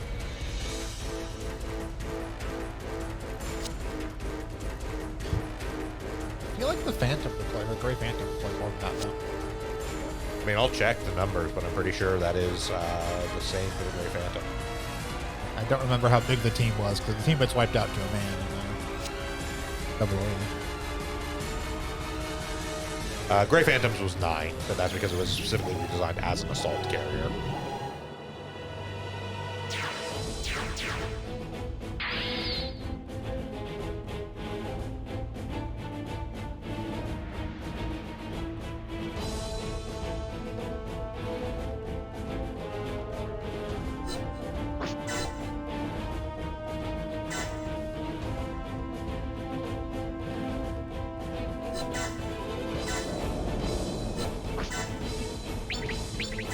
Like, there were slight variations for each one of the Pegasus class, but the base Pegasus class as a design, which is what the white base and the Pegasus themselves were, the base design is 6 capacity for mobile suits, and then like the Gray Phantom is a little bit different because it was one of the later Pegasus class ones, so they had upgraded it to have capacity for more.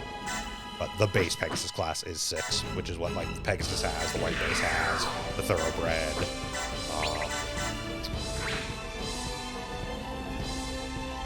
Technically the Blanc Noir, but doesn't actually carry that many.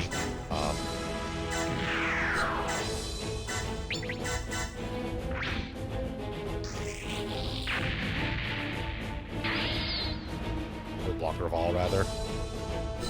I don't know that we even know for the Troy horse.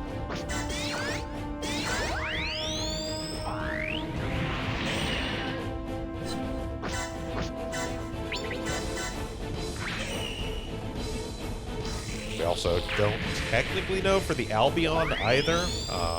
But, like, we don't explicitly know for the Albion, but we know how many the Albion was supposed to carry, which is 3.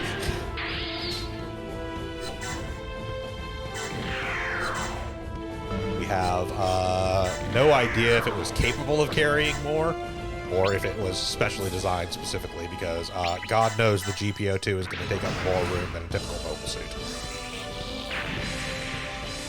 And the Albion was specifically designed as part of that same project to be the carrier for all the GPs. Yeah, the GPO2 wouldn't take that. Well, there's like, maybe like a space like 2. But Yeah, that's what I'm saying. I was like, we don't know. or Like, giant fuck off shield. yeah, like we just legitimately do not know because like that's not one of the numbers that was ever actually in any of the specs documents for the Albion. I couldn't hit its weak point. Oh, dang.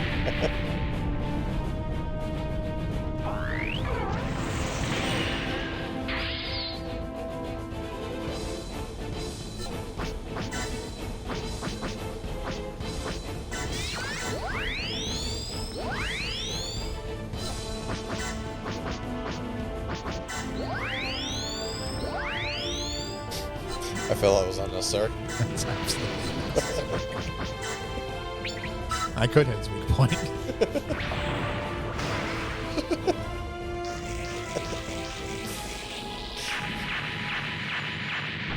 Well, that went to 6 digits.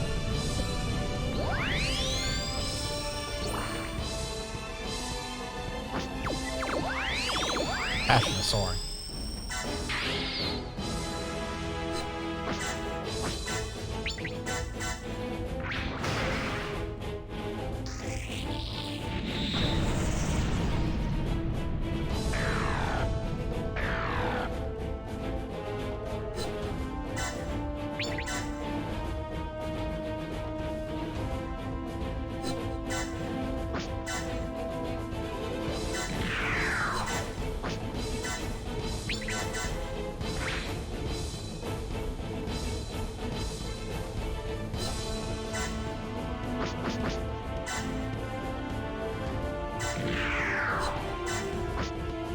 Yeah, that is the big thing. One of the whole things with the white base specifically is this whole thing where when they escape from Side 7, a lot of the normal crew of the white base is injured or killed during that whole sequence of events.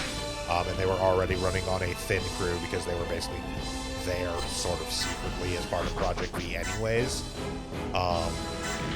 And so then once they actually get out of there and finally make their way to an actual Federation base, The Federation is basically like, yeah, we'll give you some more crew, what we can spare, but there's no way we can refill your full crew complement.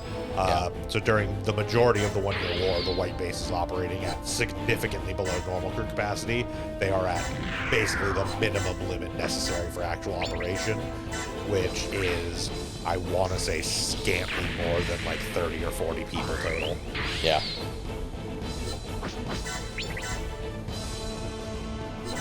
Which makes sense again.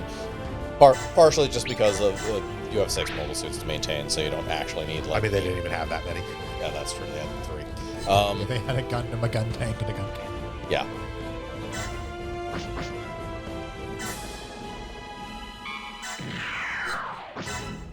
I mean, even the full complement wouldn't actually be that many people, probably. You basically need the people to run and maintain the ship and the mobile suits on board.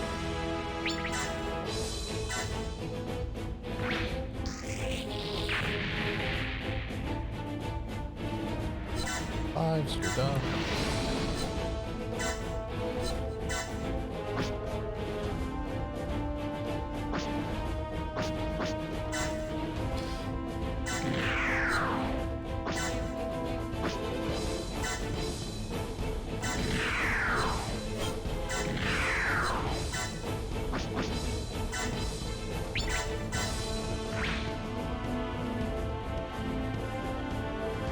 Fin funnels, which are actually a pretty bad attack for Shiro to use. But...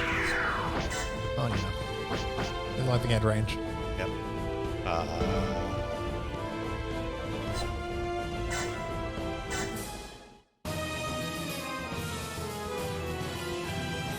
Did we get the levels we need on the Banshee yet, or no? No. I didn't figure, because I know we just started fielding that. But...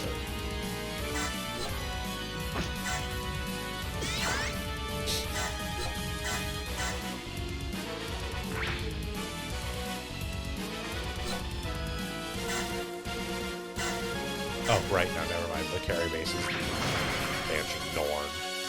Carry base has the Banshee Norn. The White That's why base has the regular Banshee. That's why I keep getting confused, because I keep seeing Hamon sitting there in the Banshee Norn. I'm like, why are we fielding that? We need the Fennec. It's like, oh, right, that's the Norn. Yeah.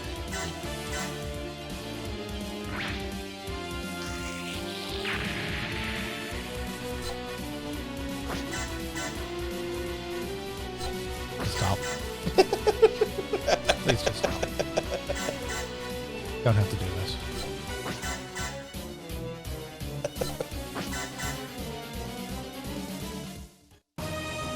That one at least chose life. I'm just not going to shoot. Smart move. You die last. That's the one we'll keep alive till the 6 turns. You have to wait for the condition to end. Yeah.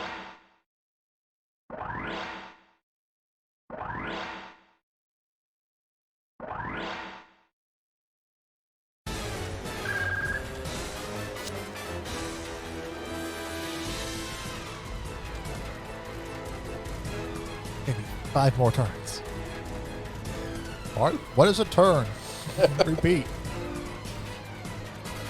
Yeah, this is bizarrely one of the few instances where they don't refer to them as minutes. Yep.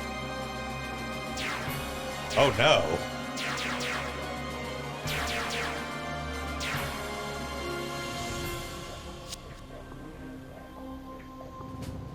You're a trap, sure.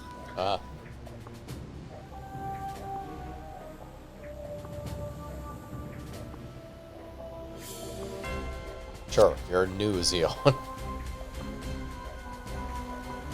I gave me this big dumb thing. This will save me, right?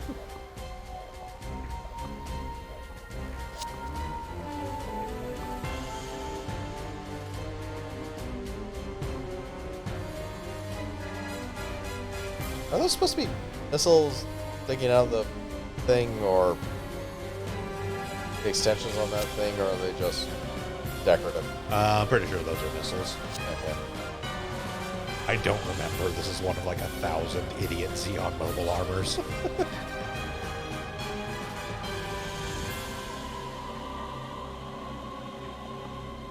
Yeah, it uses their mobile armor design of this phase, which is all those little circles in it are probably beam cannons, and so it can wildly fire beam cannons and accurately into space.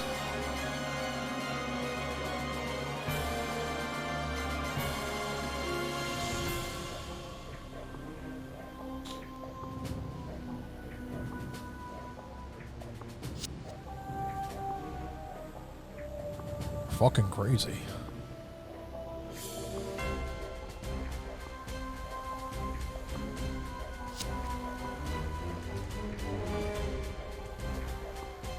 She probably just thinks you're fucking crazy.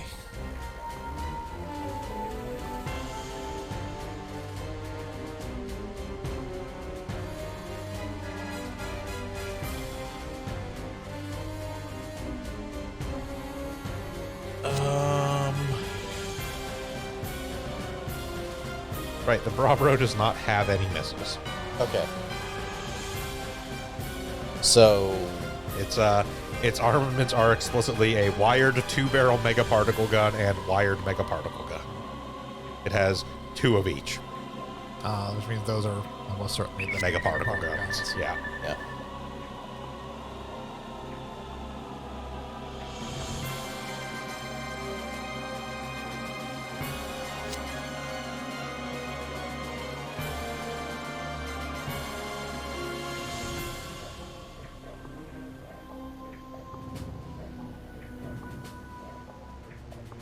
That's great, Ford. Now continue to stand in the corner.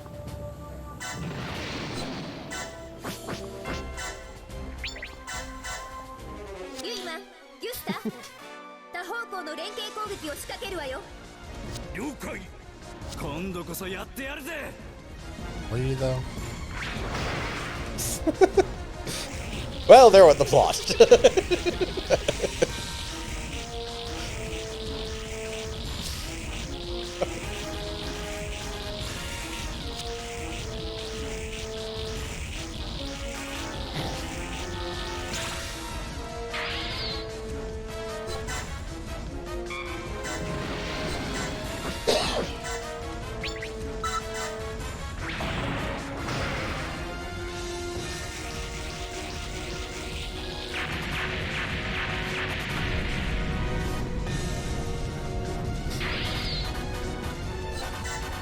I'm just gonna hang out here in case we decide to spawn anything else in the back. I really wish that giant fleet it showed off was over there. I was like, Deep Structure's gonna go have some fun. You guys can take care of these mobile suits.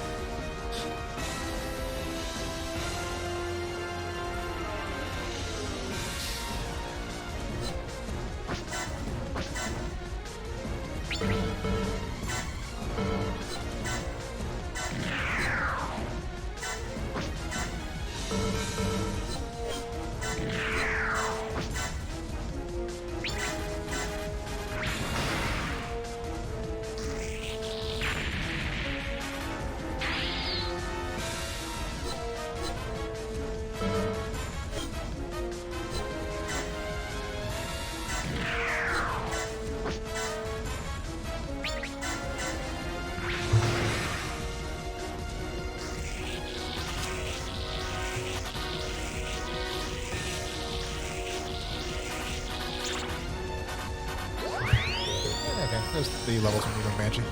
Okay. Yep.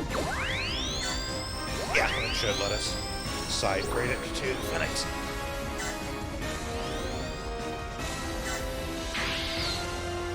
Extended deployment.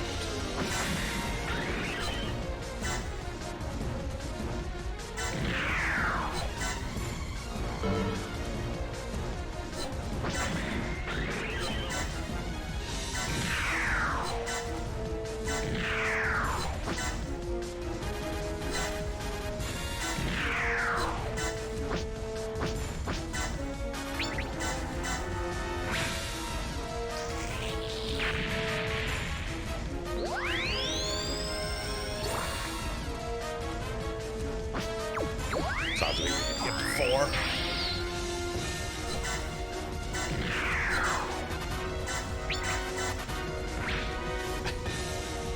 I do enjoy that the Sazabi needs to be at high morale to actually be able to do the kick. Oh, yeah, it's a very special move.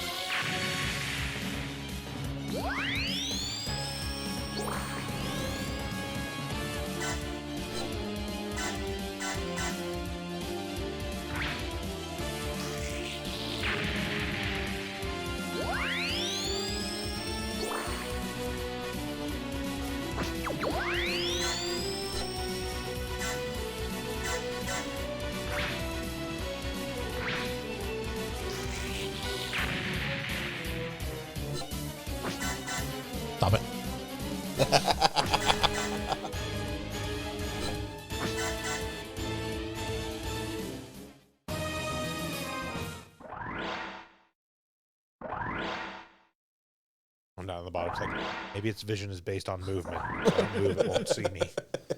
Guy behind these rocks.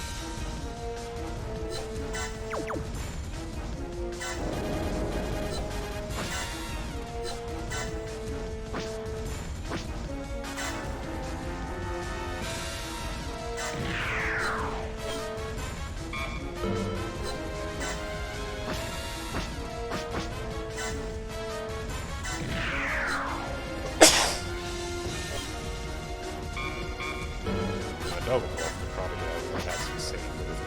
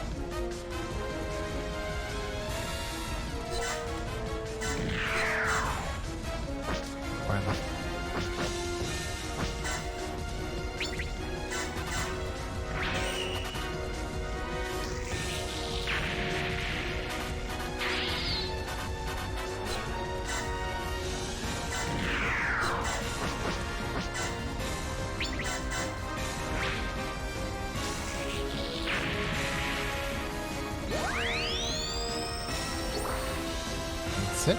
Four.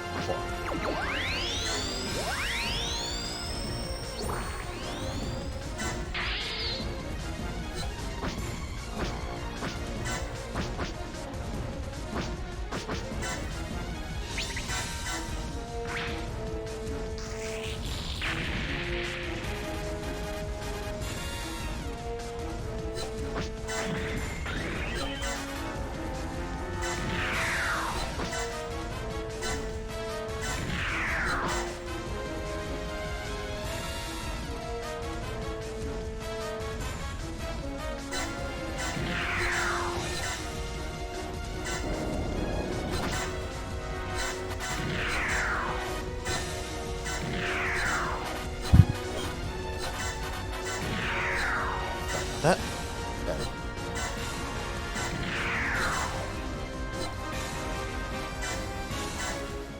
Yeah, it's honestly kind of the biggest thing, is we do eventually want to replace the carry base, because while it is technically space capable, it's a very strict technicality. It's moving space garbage. Let's move in faces from same white base. And then go fast.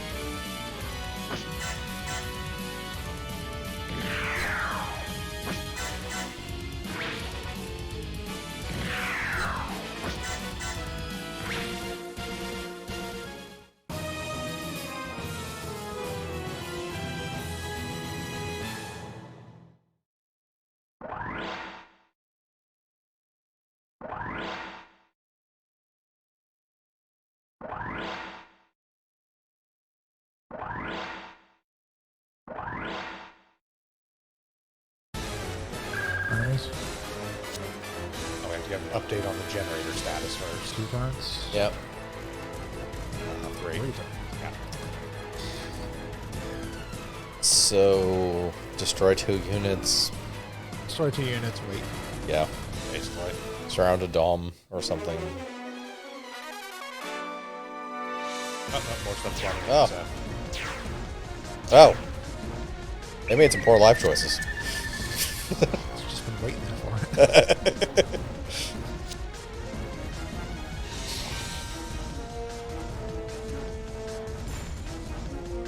Trying really hard to wipe us out, and it's a mistake.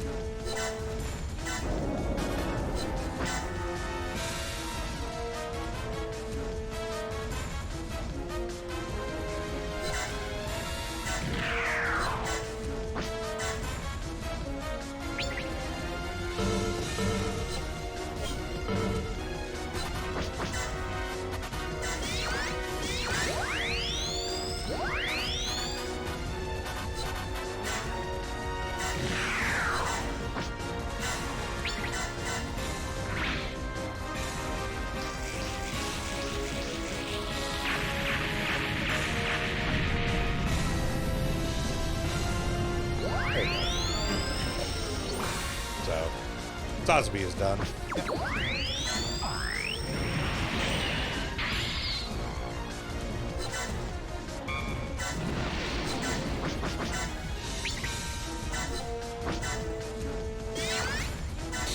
That is totally unnecessary. Oh, entirely. Considering either one does enough to kill it. Yeah, it does get us XP on multiple ways, so. Yeah.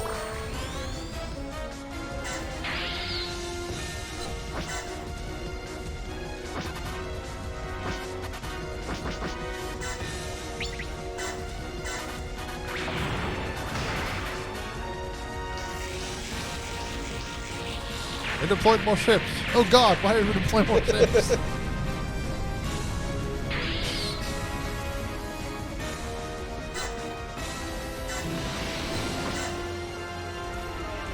Add some more space, I can see them. I can see those background ships I should be destroying.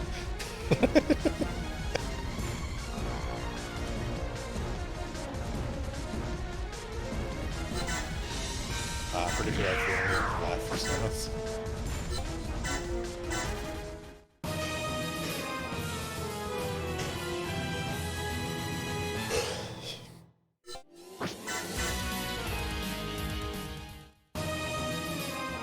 Two turns.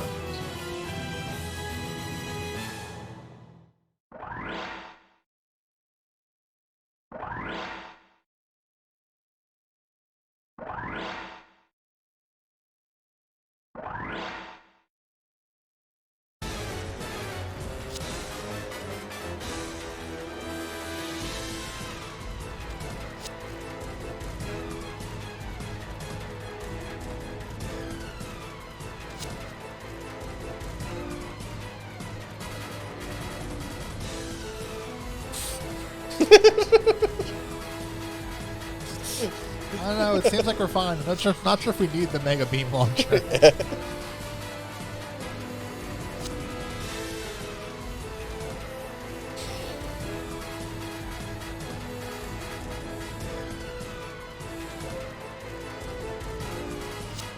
I also don't know if a beam cannon needs to charge up for like 6 minutes to fire. It's really an effective weapon on the battlefield.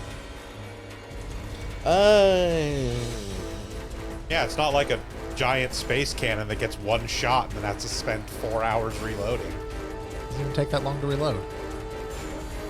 And it did its job, at least. It fired instantly. It didn't need to charge up for half an hour before it could shoot. Yeah, that'd be the issue. If it actually held the charge... If it had a recharge time of 6 minutes, that'd be different. But the fact that it has to charge up from this point, or from the point where you want to fire it, that's... At least the big dumb space gun fired immediately. It just had to swap out the giant plasma cartridge it used to fire.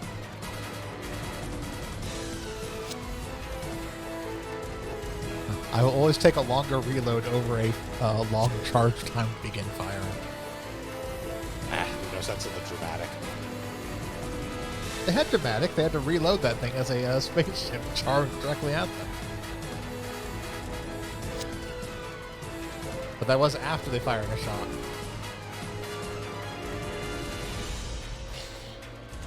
It's just one Dom.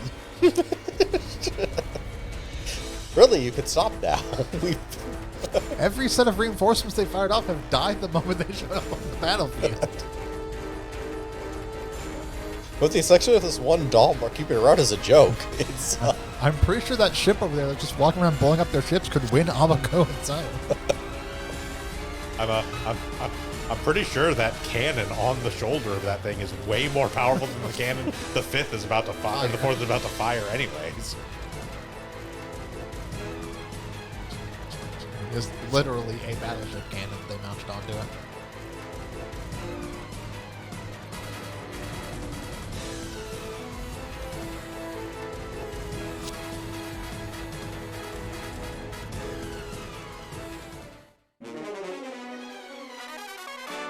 Oh no, reinforcements. Whatever will we do? Oh no, they set 12 Doms at us. Whoop, just gonna slide on over here.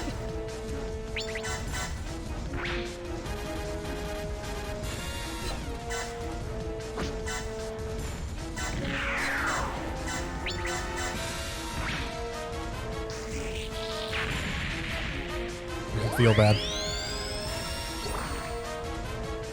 I mean, it's a gym command. It's not a base gym, at least. I forget, were Doms ever frontline grunt troops, or were they just special forces? I mean, they weren't special forces in the sense of like, oh, an elite unit. They were fairly mass-produced. It's just that their base armament is a fucking bazooka, so they weren't exactly, standard slug-it-out troops. They were more anti-vehicle kind of things. Okay, that makes more sense then. They were the equivalent of, say, an anti-tank unit. Yeah. They weren't good versus other mobile suits, but they were... I mean, they were fine, because it turns out hitting a mobile suit with a rocket Yeah. is just as effective as hitting anything else with a fucking rocket. It's just not that they were usually deployed for. Yeah. But if you had to deal with more than one, then the reload on one of those things is kind of a pain, I'd assume. Actually, yeah, that is a good question. How did those I'm pretty sure those are energy bazookas, actually. There's also like a big flip thing in the back of them. Yeah, they do have like 4 shots Most or of the whatever. bazookas in this world have multiple shots. Yeah, you can't really see it from like the angle there, but on the back of it, there's some kind of like clip/energy pack thing. You can see okay, yeah. Yeah, 360 millimeter giant bazooka is fed by a 10-round magazine. Okay.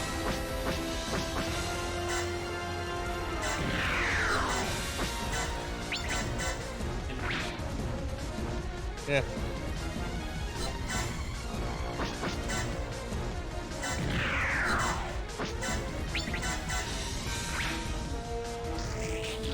Probably still not the best for mobile suit combat if the hit ratios are low, but that depends. I mean, if you do hit, it basically eliminates the enemy mobile suit. That's one of the things. But Yeah.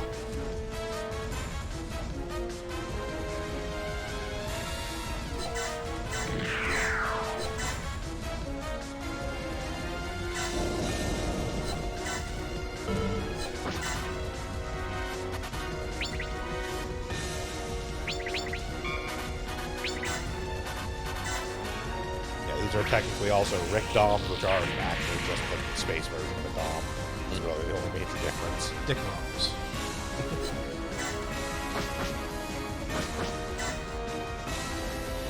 And dependent upon when they're being deployed, so this, because it is more towards the end of the 1 year war, actually check those for me if you get a chance. I'm curious. Rick Doms? Yeah.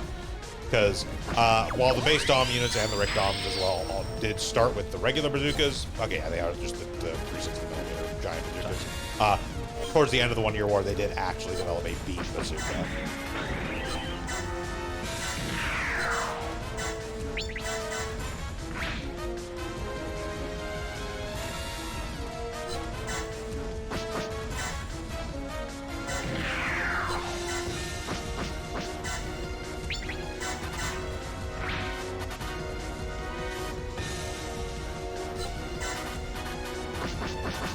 That being said, one of the more common explosive weapons among Xeon forces was the Sturmfaust, which was more akin to a modern RPG, and that it's a single fire. You fire it, and then you fucking discard the tube it fired from.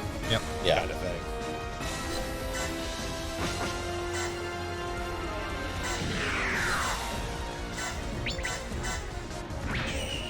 But yeah, Doms actually had a magazine-fed multi-shot bazooka, basically.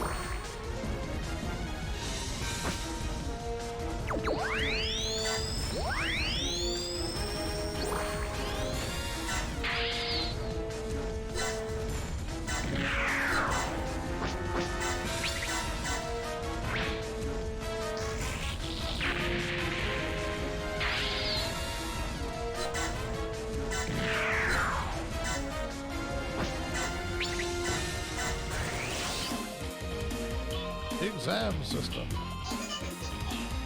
さてここは私がお相手いたしましょう Take this quick quiz in order to destroy the enemy mobile suit.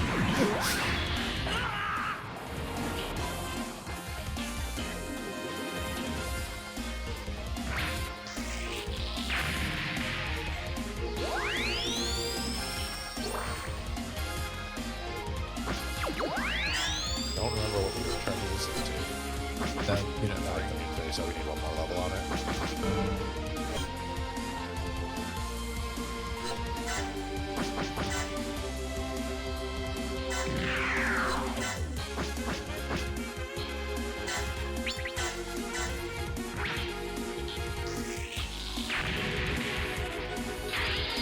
I helped. That's great, Mishashua.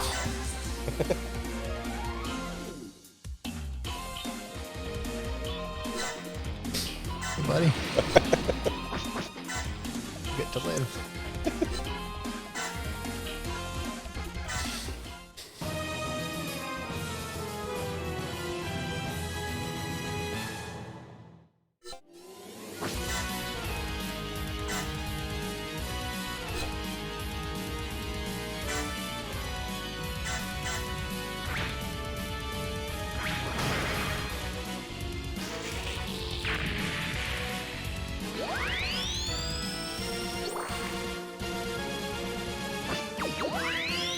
There should be this new Gundam just to make him do a high now.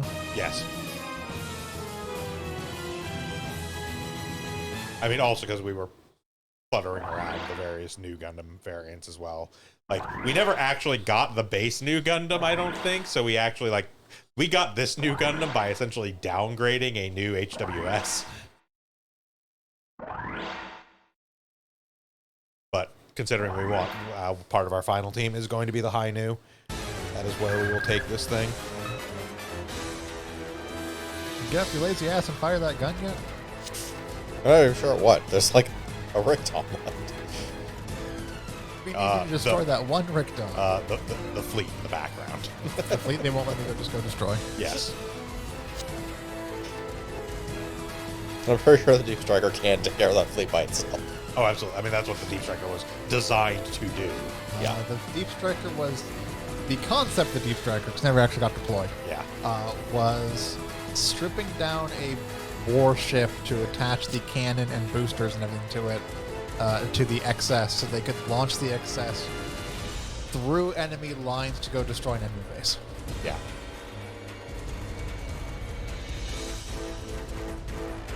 It was basically designed to go stupid fast, just blow right through enemy defenses, destroy the enemy base with a giant mega particle cannon, and then leave. They never went with that plan. No. Deep Striker technically should exist on paper. Yeah, even in universe, the Deep Striker was a thing that was theorized but never actually constructed.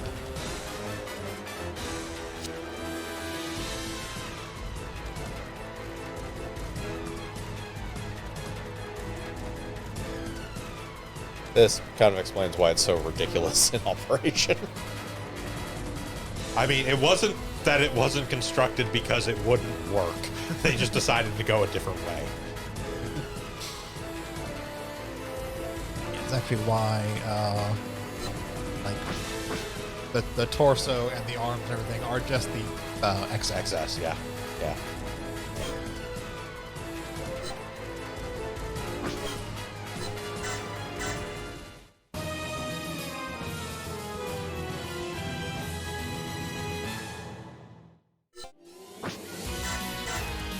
Stop that.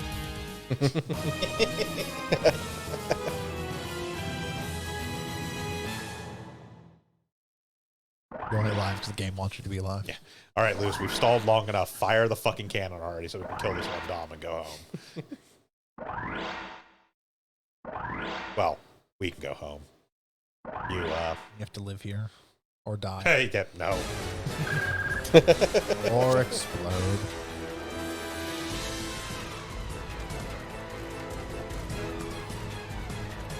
I'm pretty sure this scenario follows the technical canon one where Luce fucking dies. あと少し、あと少しなんだ。持ってくれよ、G04。 Because this external generator pack blows the fuck up and basically holes the fucking torso of the G4.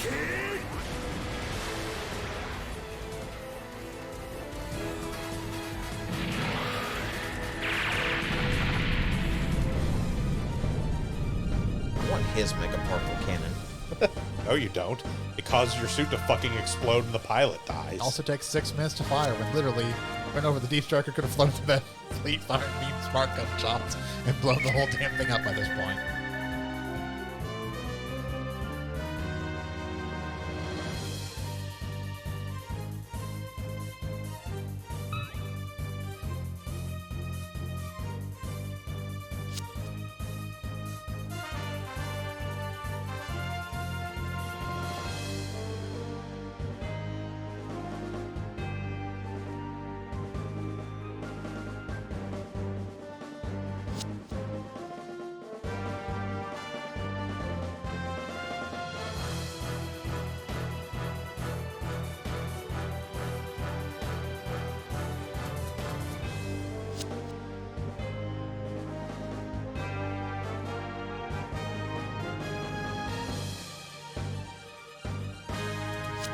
And tell my wife I said hello.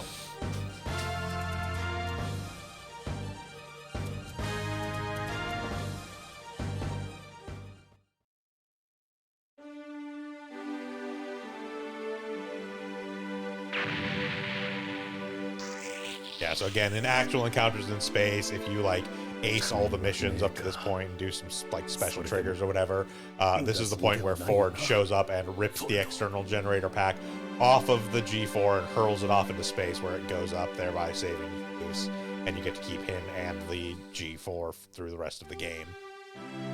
But that's not canonical.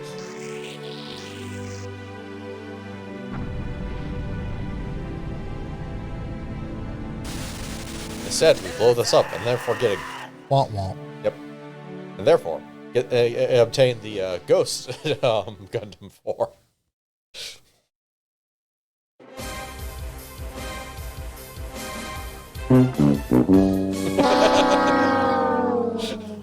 Right, we have a button for that.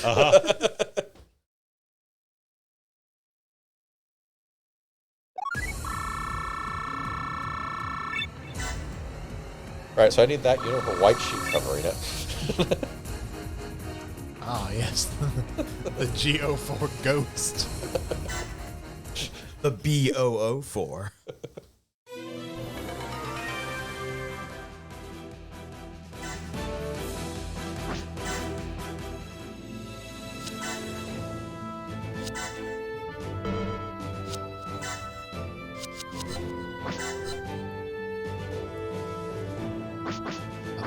Troopin, Kimberly base, and the Anavalgato.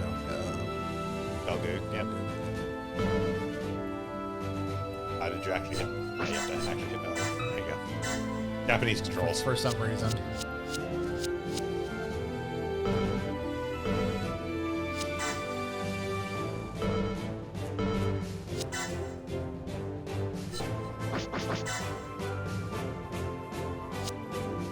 Double sleeves. Yeah, may as well. No idea if that develops anything we care about. Yes, something new, so may as well. Yeah,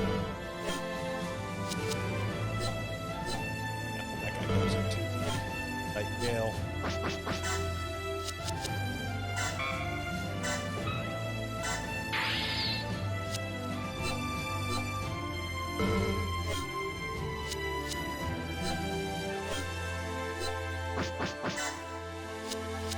Phoenix.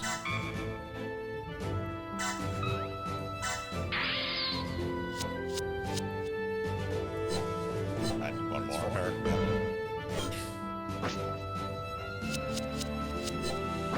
That sent to Beta 0. Well.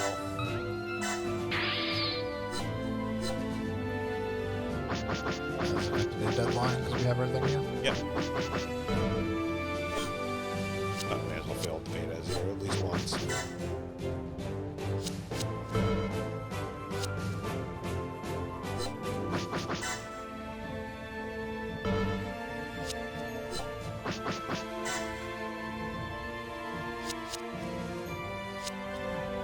After the heavy arm system. Yeah, may as well do the new HWS. I'm sure that will also turn into the high noon. Yeah. And we'll unlock it in our thing. Done. Yeah, So that forward goes into I needed one more level. 6. Or 2. Yeah. Yeah, sorry, that one was 6, not 5. These are all fine. Yep. Should.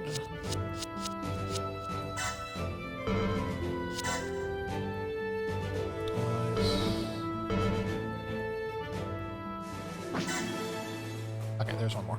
Yes.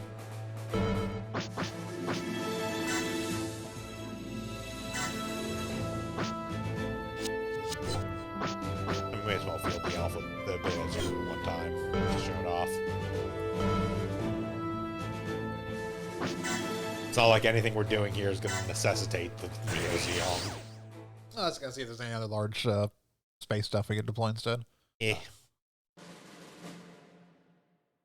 Oh no! あの時一瞬の閃光が起こした出来事を私はすぐに信じることができませんでした。確かにルース中尉の G04 から発射されたメガビームランチャーは敵の艦隊を壊滅したのです。しかし G04 は For this one, we want to destroy the entire Merit team during the same turn, and that will get us a silver mod. どうすることもできずに彼のルース中尉が最後の言葉を聞いていました。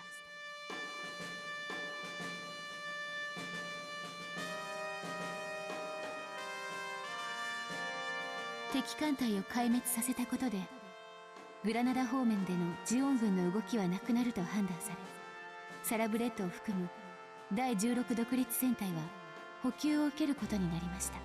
まだルース中尉を失った悲しみを振り切ったとは言えませんが、第16独立戦隊の乗組員全員が彼の望んだ平和が訪れるよう祈り、私たちは次なる戦いへと準備を進めたのです。ただ一人、フォルドを除いて。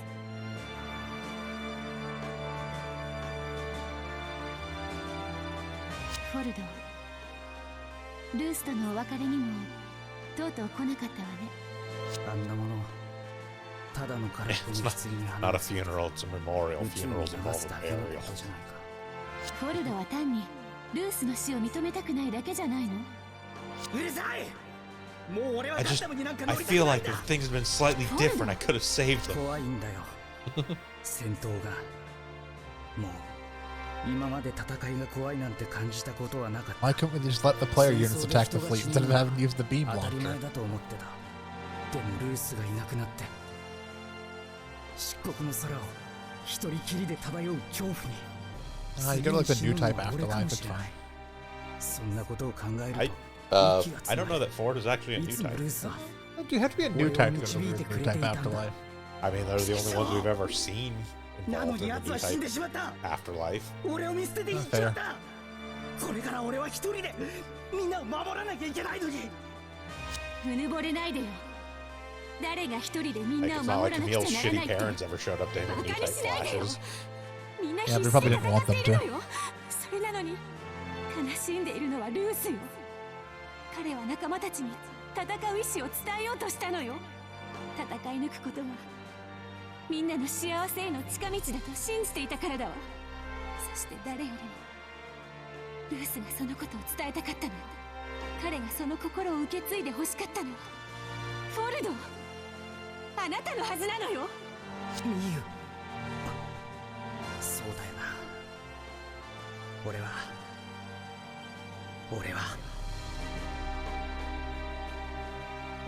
ミユいろいろとごめん俺は There's a lot of talking for units that are mostly going to sit in the timeout corner well. I mean, again, we're going through the story of these various scenarios. Obviously, the characters of those scenarios are going to be what all the cutscenes are focused on. Yeah. 次の戦いが訪れます。我々第16独立戦隊の新たな任務。 We want our team to be importantly involved in all the scenes. That's what Super Robot Wars is for. 月面都市グラナダまで Our 送る team are all canonical characters anyways, こ and の戦争を終 it's 結さ all せる storyline 停 based. 戦 You 協 don't 定の have 調印が行われ this るので random す。 team of extra people show up to deal with stuff. I also find it amusing that this is the video game reenactment of a video game, but I mean, that's I know that's a good portion of it's a this game. constant thing. 時 Yeah. 代を変える転機となるの。 Because a lot of the Gundams, or a lot of the Side story stuff from video Yeah. game stories, yeah. Like there's a fair amount of manga side story as well, but honestly, a lot of the more well-liked side story stuff are from the games. various video games.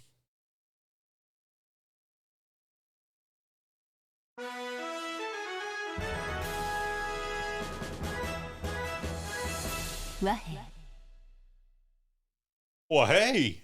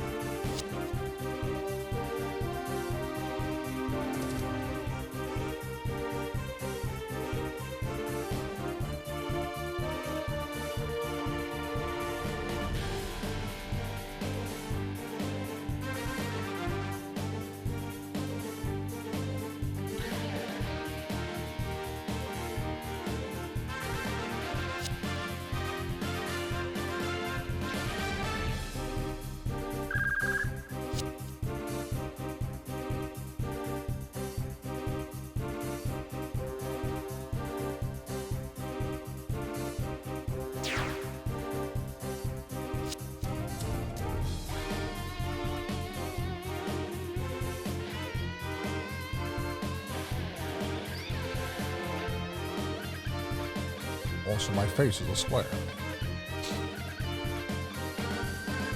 And flat. A flat, square brick of a face.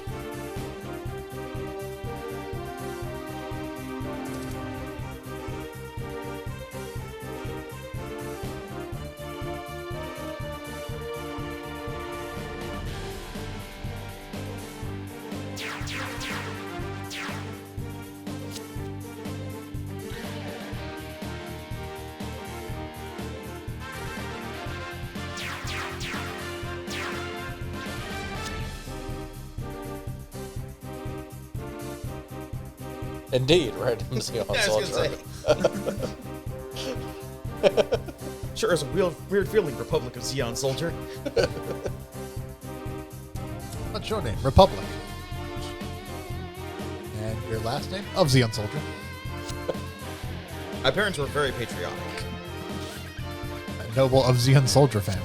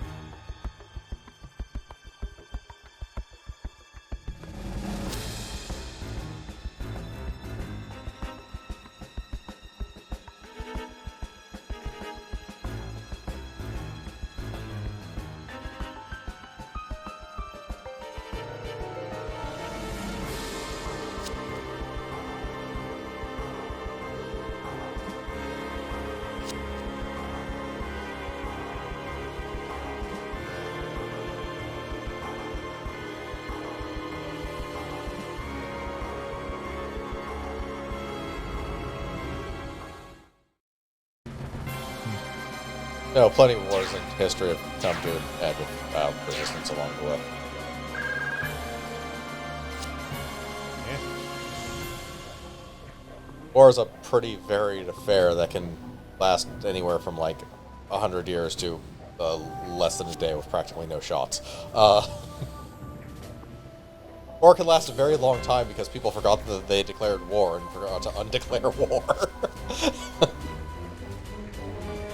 On a small island off the coast of England, for example. Yeah.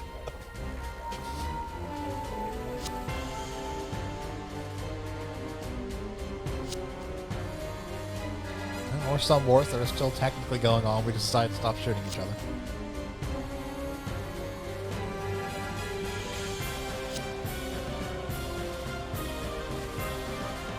We agreed to a ceasefire, but not an actual end to the war, so the war is technically still active.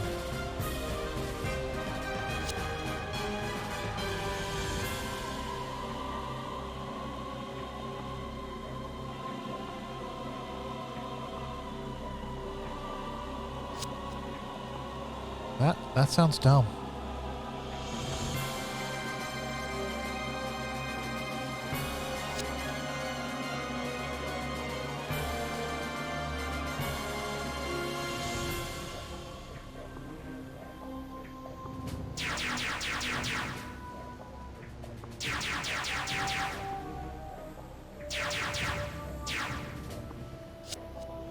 All four of them in one turn, right? I believe so, yes.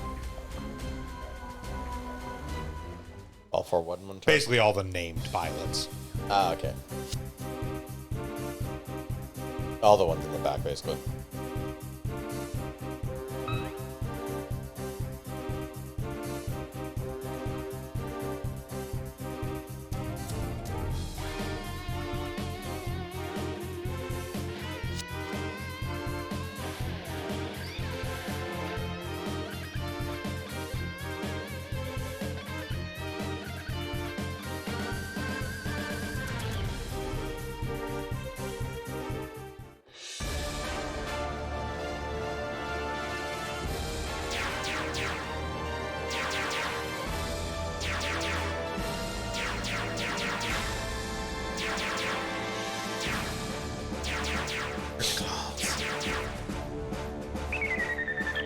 Peach.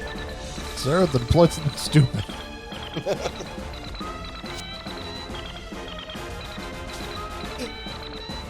No, those are big grabby claw weapons, which are certainly useful for something.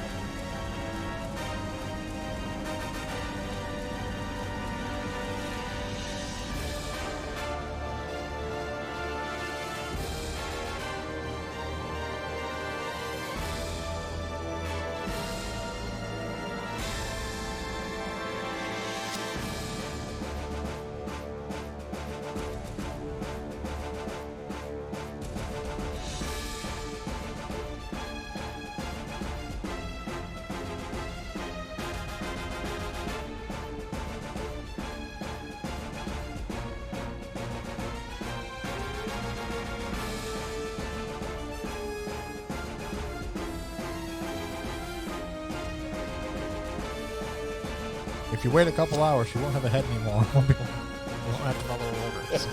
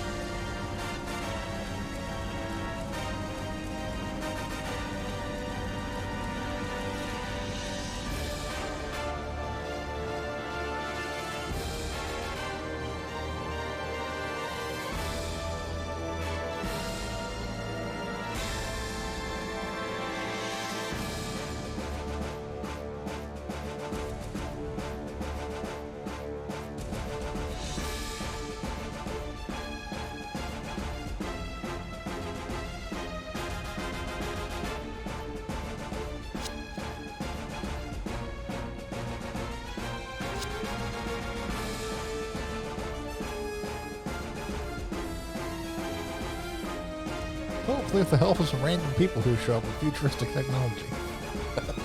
I hope they show up again.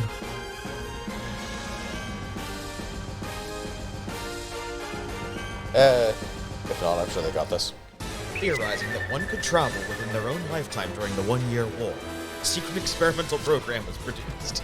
Now, the white base jumps backwards and forwards in time. In the 1-year war.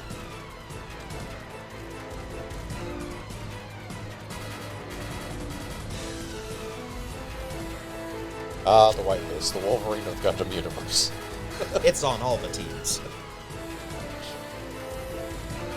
Helps the Federation, helps Xeon. I believe it did have an adventure in Europe. Fields both Federation and Xeon units and pilots. Yep. Char Asimbal's there, and Amon.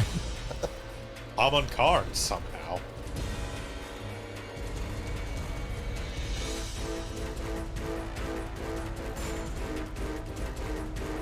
And confusingly, they are all King Conqueror. Everyone's King Conqueror.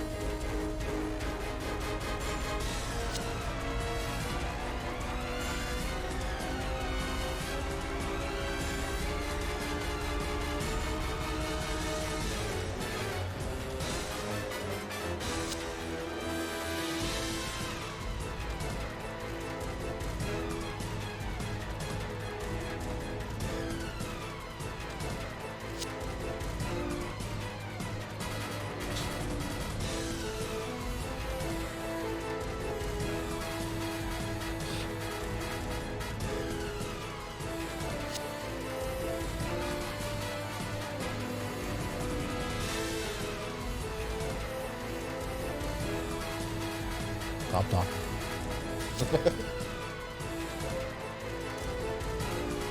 Final battle. They're trying to justify why we're shooting everyone. Something they really don't need to do. They already justified why we're shooting someone. Now it's just like, okay, I guess I'll go run it. You should go run interference. I was going to do that anyways. What the fuck do you think I was going to do? I'm the Lord of the Gundam.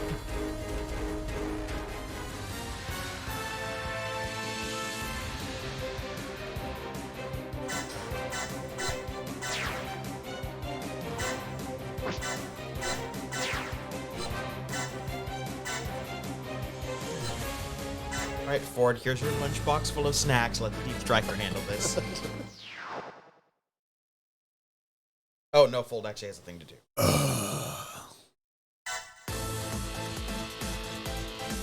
They're behind us? No. Somewhere? They're on the other field, I Yeah, believe. on the field. So...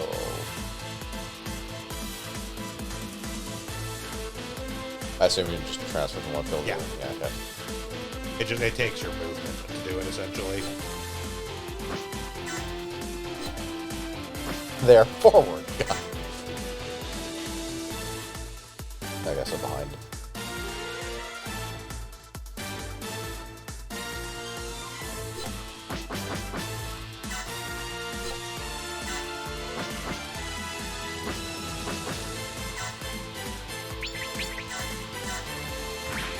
In that unfortunate position, got it.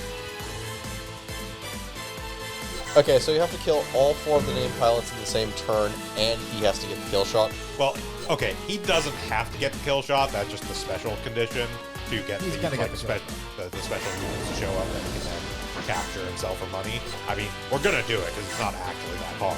But meanwhile, we're going to field this thing, which technically doesn't exist. Look at this goddamn Cadillac of a machine. So this is the beta. This is the beta Aziru. It is technically a successor to the alpha Aziru that we were fielding before. This only exists in like one mention in the Char's counterattack MSVs, and has only ever actually been like done in any sort of like full style that's not just like a drawing in SD Gundam G-Gen games. Ah, okay. It does look like a giant Cadillac nonsense. It's because it is specifically what happens when you rub the Sazabi up against the Alpha Aziru, basically. I don't know, I kind of dig it. No, I very much like the Beta Aziru. It's just stupid as hell.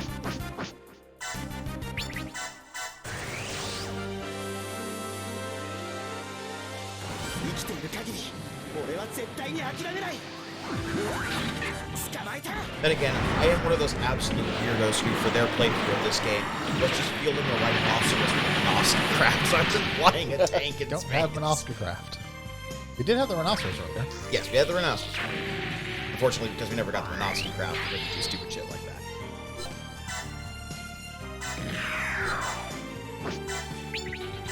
Ah, space tank. It just endlessly amused me after going through an entire campaign of old, like, you know, the mobile suit is king, nothing else matters. Fielding the evolution of the suit from that.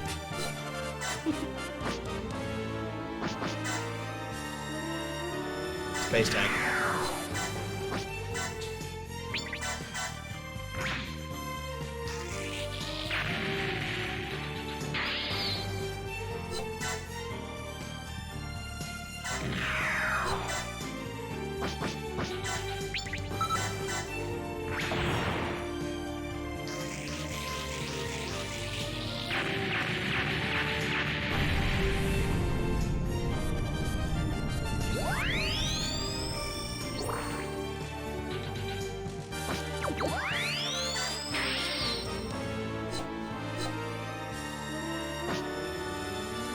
Our work here is done.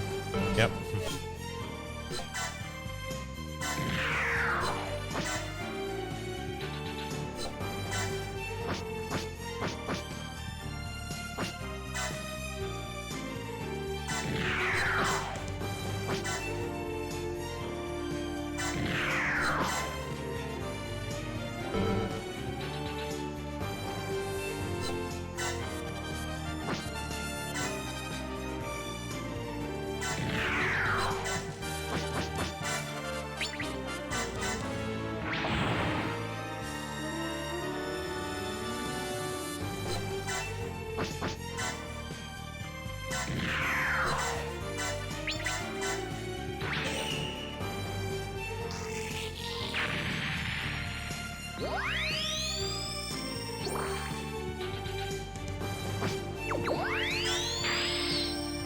Looking into 4 on this one. Or no, 3. That's right. That's right.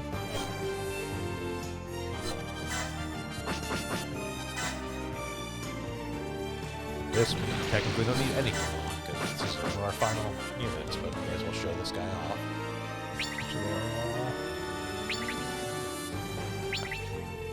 Yeah, all the non-equipped bazookas and the Akazaki there are the parrot team. Yep. 私には戦う理由はあるのだから聞いてくれないというのなら Yeah, so this is the Nightingale, which is just a very weird design. You can totally understand why this did not get the animated version in CCA.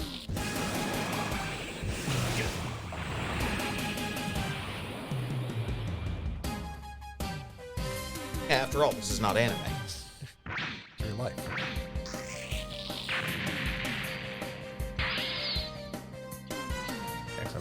Changes in anything else? Nothing we don't already have. Back to the store. This is on you in the Beta 0, yeah.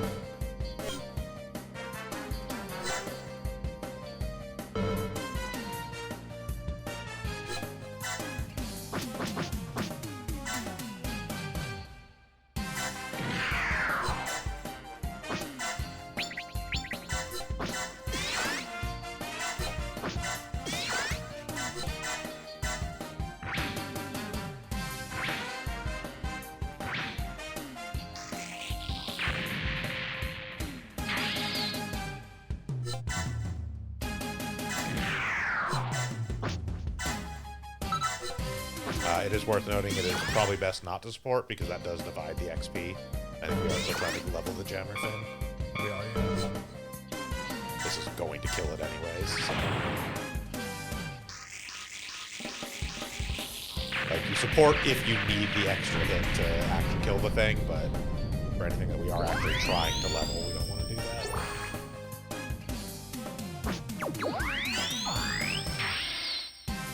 This needs 4.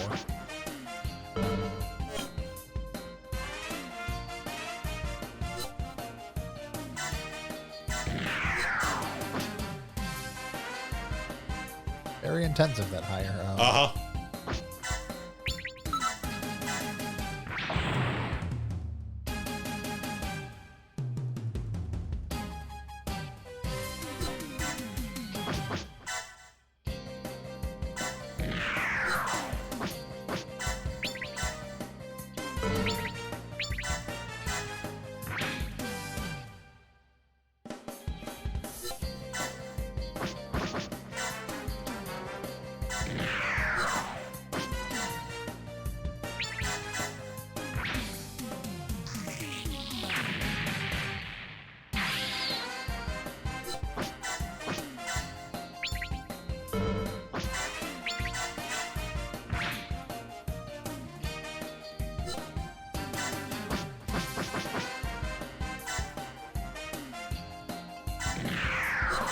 Go off the Phoenix. No one dies tonight. So says the Phoenix. Which is like the Banshee, but inverted color-wise. It is mostly gold with blue-gray highlights. It is the third unicorn unit.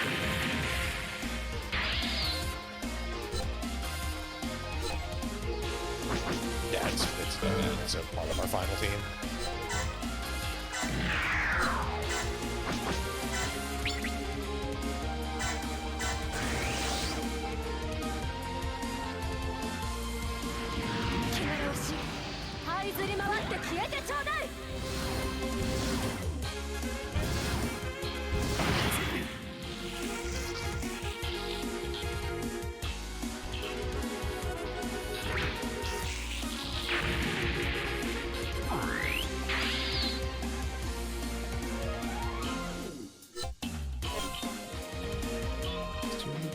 That's pretty much it.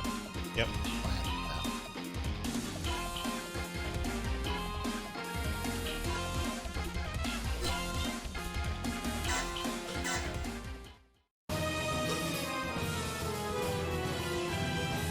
Operation Screw It, we've got time. I mean, this side is actually more important than the other side is. Yeah. Actively not have this garbage get destroyed.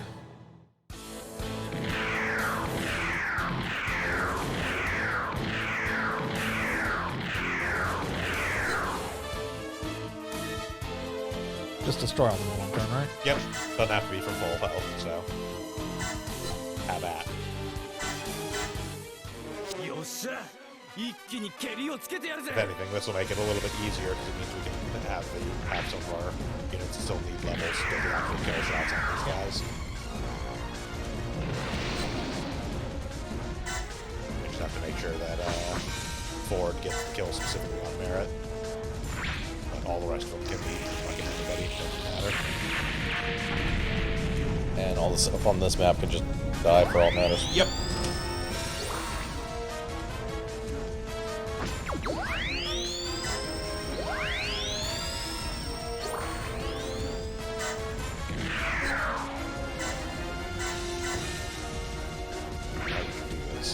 What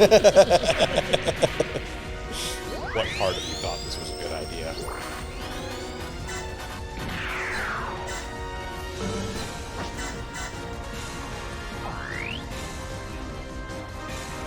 No close range weaponry, I assume? No. The Beta Zero basically is, I think 3 might be minimum range on it. Mm.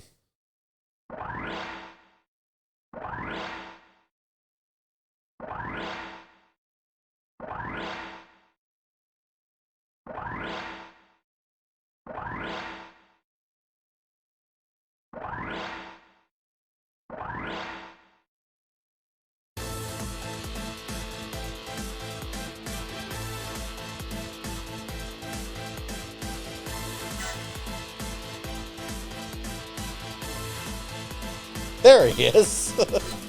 Like Waldo.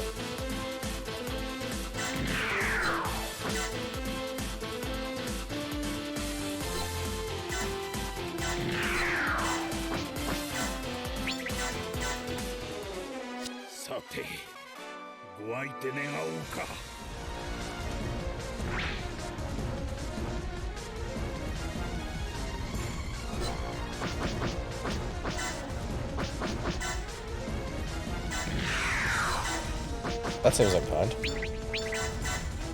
Yeah, just have to get them over there to make sure that they don't start killing Ford, basically. Yeah. That, and I'm pretty sure at a certain point these will flip over to the other side as well. Yeah. Yeah. After the other one fleet. 13 points on Awakened Friends. That's what she needs.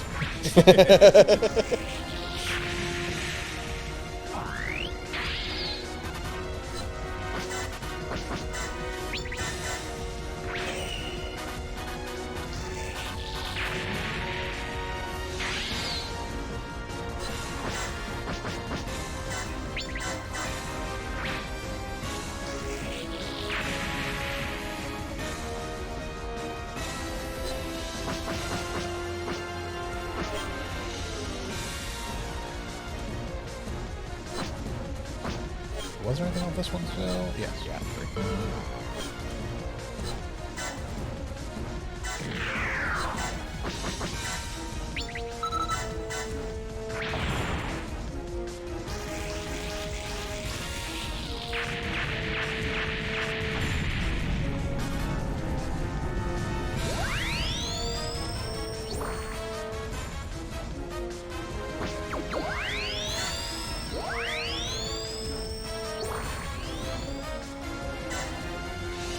Trigger control.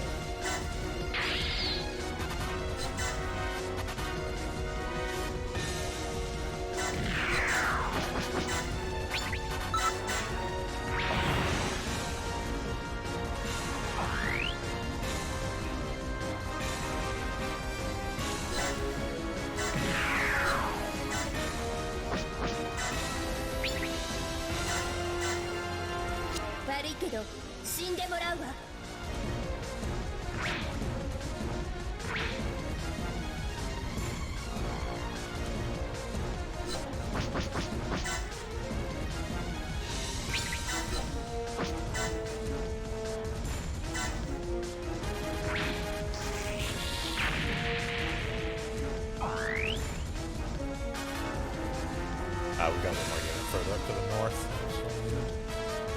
From there.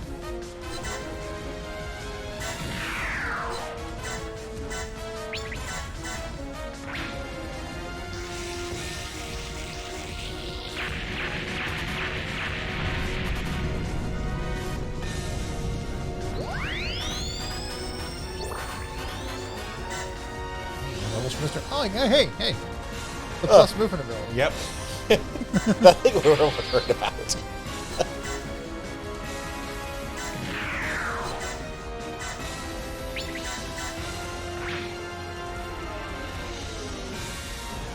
I mean, fair.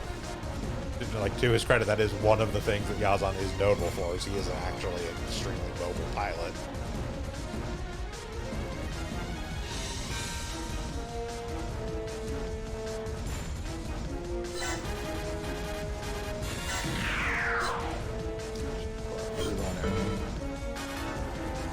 Unfortunately, I can't.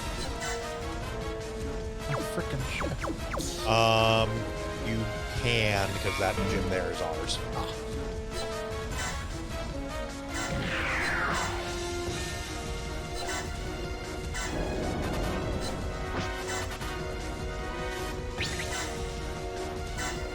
This unfortunately plays Saku.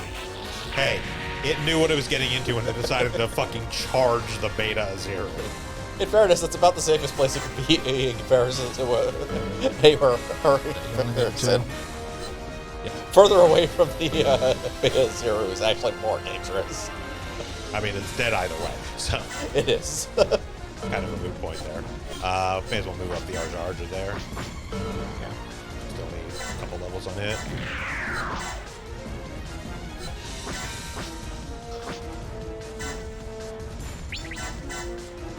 high new HWS uses a lot more energy for its attacks, but does not have a lot more energy than the base new.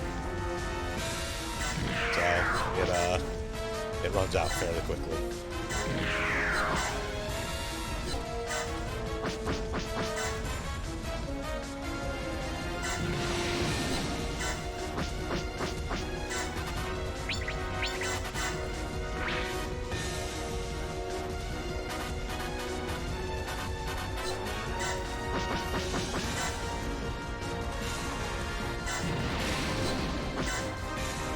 So yes, strictly speaking, we haven't, again, fully discussed this yet, but I think in general how it's going to go for the most part is we are mostly going to have our finalized team by the end of the 1 year war, and then we will probably just run that team through the remainder of the game.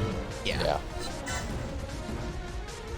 Possibly grab another warship later, but Warships don't really necessarily count even for like team calculations. Just they are what they are.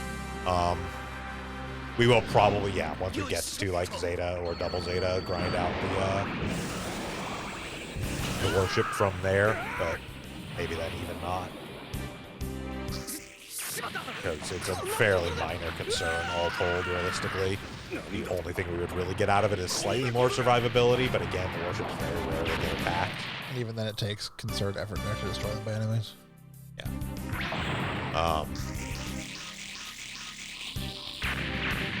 Now, mind you, we still have, I think, 3 slots in our final team we need to figure out.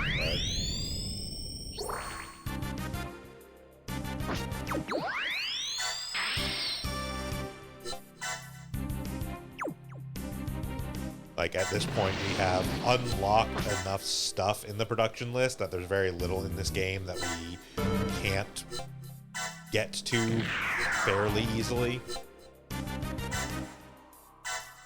So whatever we do decide to go with for those 3 slots, we either will have the ability to outright purchase from the production list already, or we'll very shortly have that ability.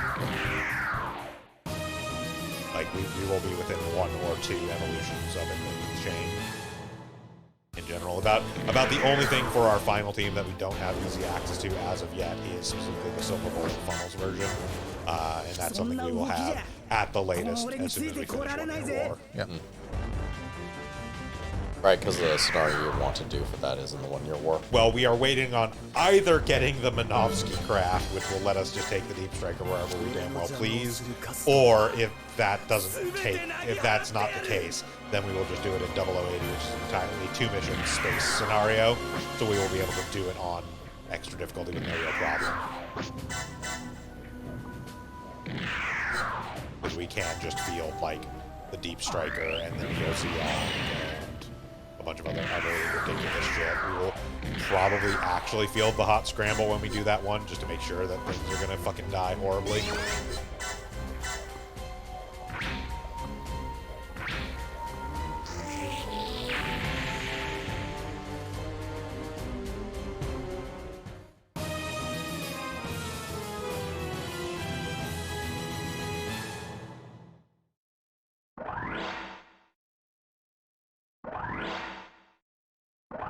Yeah, just because in general, the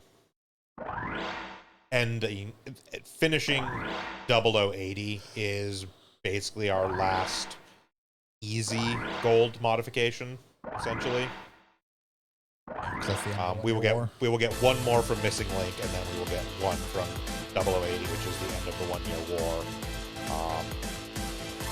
And then anything after that is always going to be basically at the end of any given scenario. There's going to be gold, other than like CCA, I think is the only one that doesn't have it. But that's obviously going to be a long time, and getting through 0080 does give us a very short scenario to plow through on that difficulty. That's only 2 missions. このモビルスーツはまさかやはり生きていたのかマレット・サンギーヌ。ああ、死よりも辛い思いを抱いてな。貴様の名を聞かせろ、ガンダムのパイロット。俺はフォルドだ。フォルド・ロムフェローだ。覚えておこう。この顔の傷とともに。 For the very brief amount of time I'm still alive. 新しいジオンの人柱となれ。新しいジオンだと。 Sounds stupid. Make it more Latin. Oh, Neo 証 Zeon? 明してやるさ。俺の実力をな。今がチャンス。一気に決めるぜ。もらった。 Yeah, it doesn't sound fancy enough. Let's add a super at the beginning. Suck. 俺に触れることすらできない。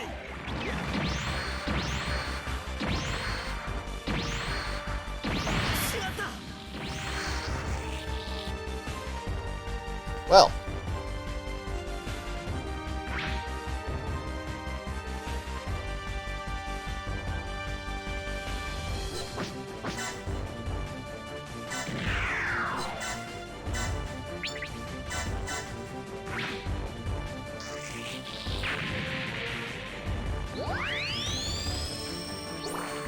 We didn't already kill any of the other people. Nope.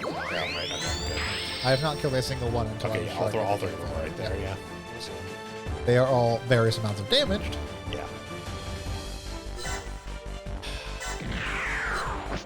but I was specifically waiting on attacking any of them to finish them off until I actually got the kill with them just to make. Yeah. For that exact reason. That's because Ford is fucking garbage.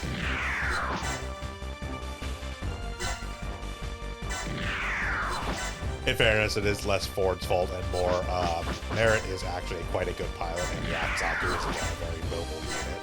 So.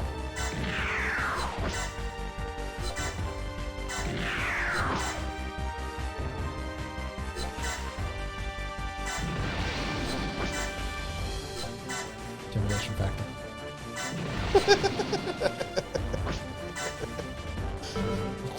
Maybe they'll waste their turn trying to shoot it.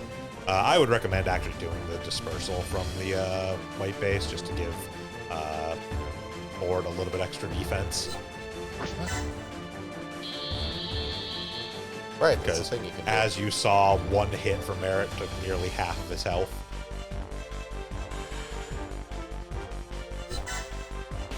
If he dies, we get to do this whole fucking mission over again.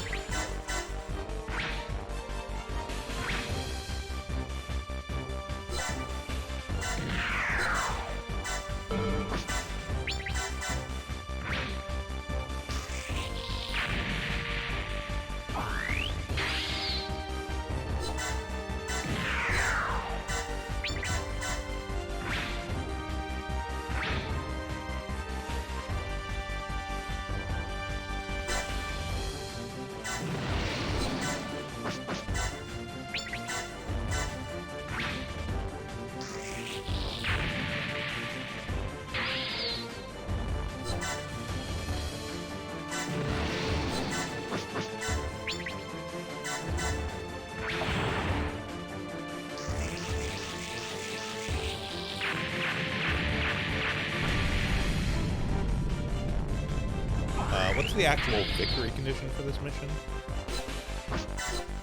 Okay, just destroy all enemies, okay. I wanted to make sure we weren't on like one of the weird ones that has like a hyper-specific, like, destroy these units, or like, or more importantly, like this one, I could see it as being the fleet reaching a certain point, but okay, no, it is destroy all enemies, so we do have the ability to stall for as long as we need for Ford to actually get a fucking hit on Merritt. Yep.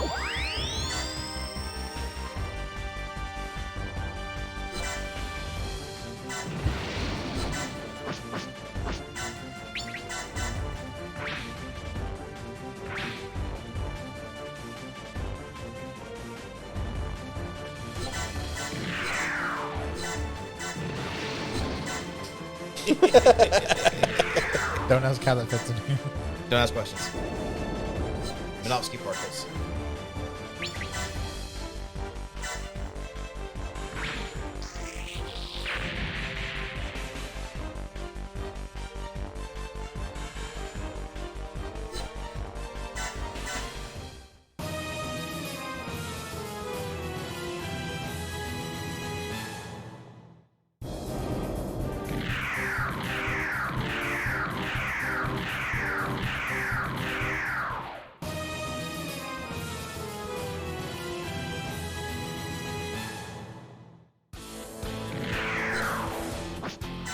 Wow, she actually has an 18% chance to hit the douchebagger. I will point out, as ridiculous as it seems, just because of the proportions here, the carry base is almost 300 meters long. It is actually larger than the Beta Zero.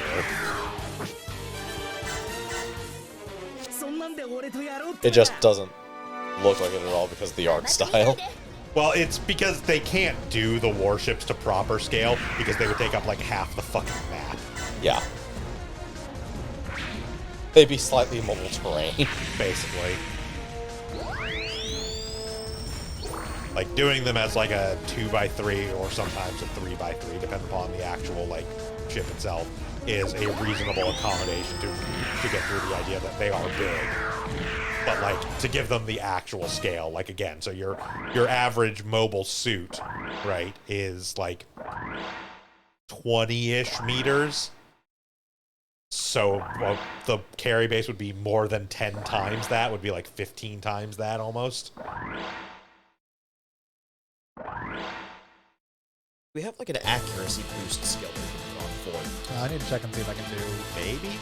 It's a question of whether I can use them on things that aren't actually ours. You should be able to. I think guest characters do have.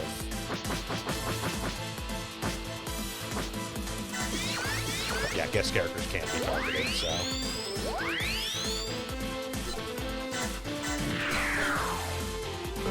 You have a damage boost, just to make sure. I do, yeah. I mean, the damage boost shouldn't be too necessary. I don't think it's going to be necessary, but just be safe. Yeah. Like, Stock 3 is fairly low already. 俺たちはいつもギリギリのところで戦ってきた。それがどうしたというのだ。マレット・サンギーヌ。ギリギリの道を歩んできた俺が今もこうして戦っていられる。Because they didn't その install 理由がお前に rails! わかるか。なんだと。俺には仲間たちがいた。心が折れそうになった時、仲間たちが俺を支えてくれた。だから俺はここまで来ることができたんだ。そんな弱者の思想を。違う。だから俺は強くなれたんだ。死してもなお仲間は俺を支えてくれている。死ぬとは負けることだ。負けるとは劣っているということだ。そんな存在に意味などあるか。たとえ肉体が滅びても魂が導いてくれている。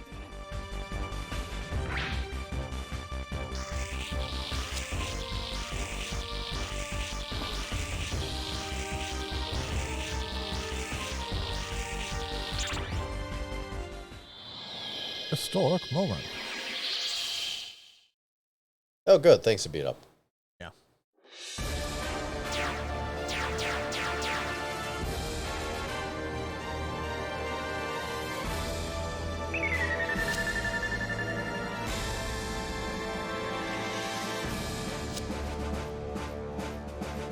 I mean, they're gonna try.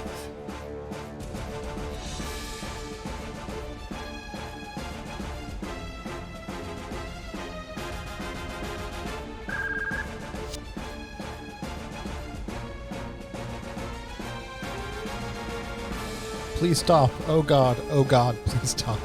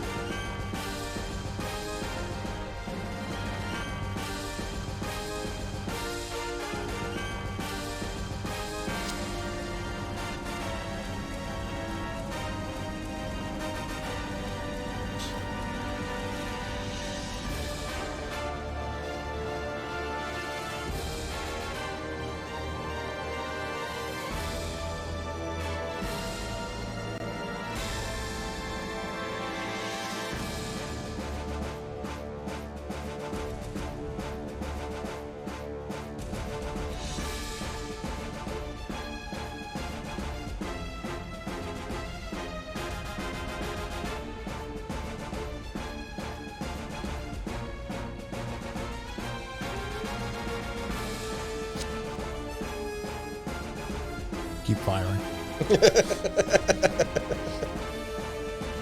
We will stop firing. The random people who showed up, though, I have no command over them. I do not control the time ship. Whatever they do is what they do.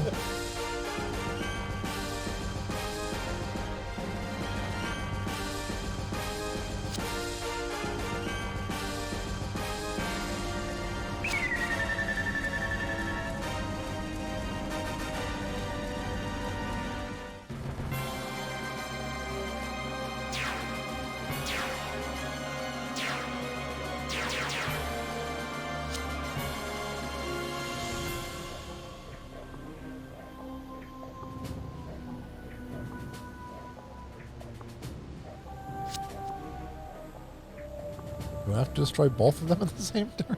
I'm not sure. Yeah, it shouldn't be that hard. I don't know if I can reach Merit down there. Yeah, that's the biggest problem.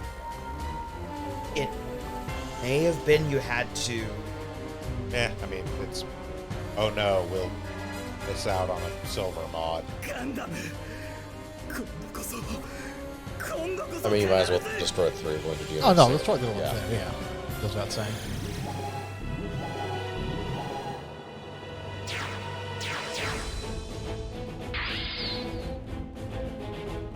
Well, okay, or you could choose not to destroy them. And... unless you can get to... You might actually be able to get to Merit. we got there. Yeah, like, yeah, the full armor unicorn is sitting right there, and, I mean, you can blow up the roll there.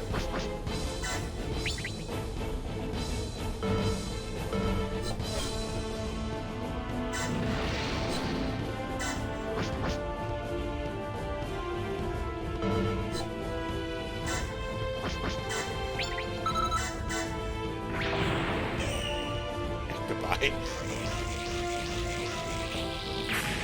Merit. You wanted a Gundam? Yeah, like, just in case it does have to be that Merit and not the first phase Merit. These are all just generic cancels. Yeah. Got a Gundam for you.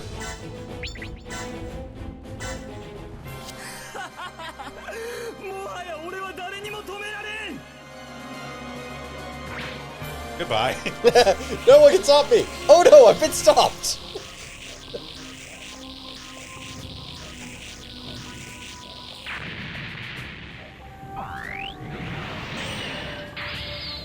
Oh, look, destroy mode.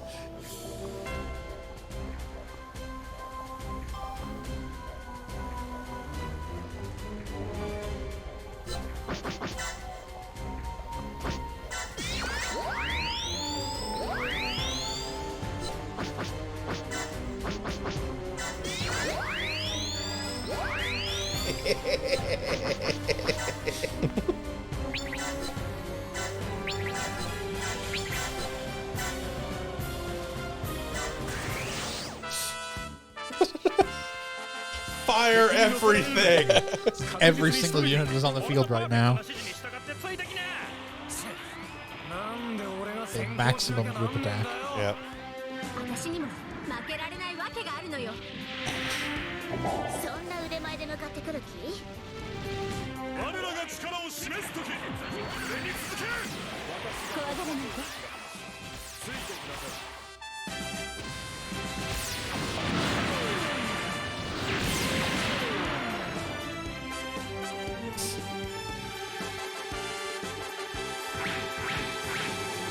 Bye.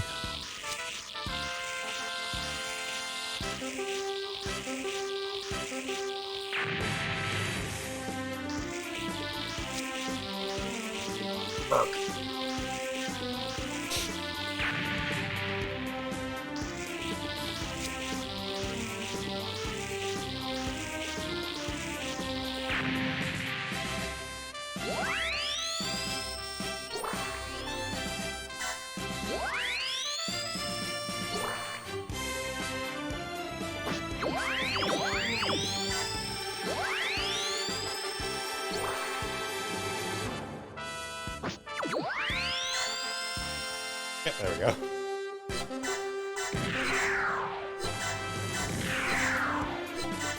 Alright, everybody back on the bus. Yep.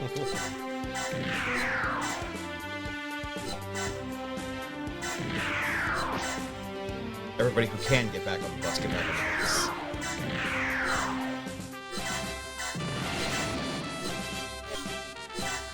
Platforms are on your own. Our work here is done.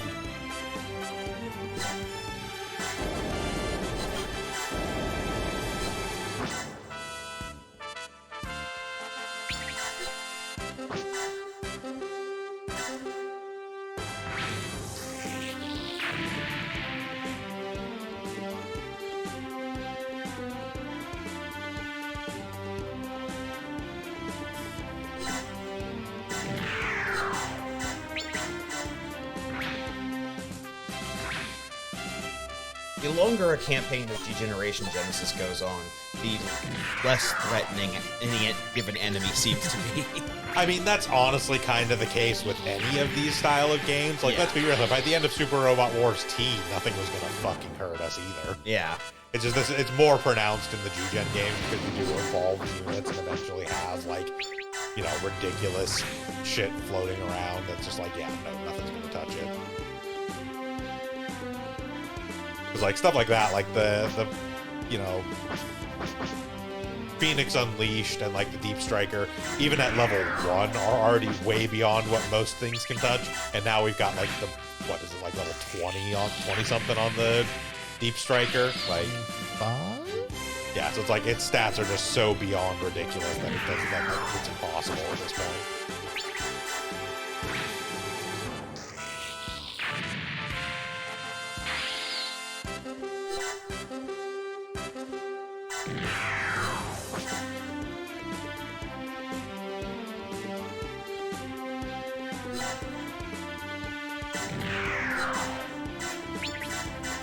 Keeping in mind, we do want to keep at least one thing alive so we can actually capture the bodies down there for money purposes. Yeah, there's still like 6 bombs down there. Yep.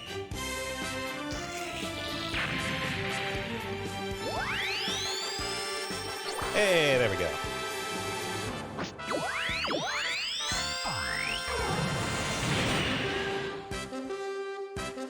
Actually, there's still 3 DOMs and 2 Picross.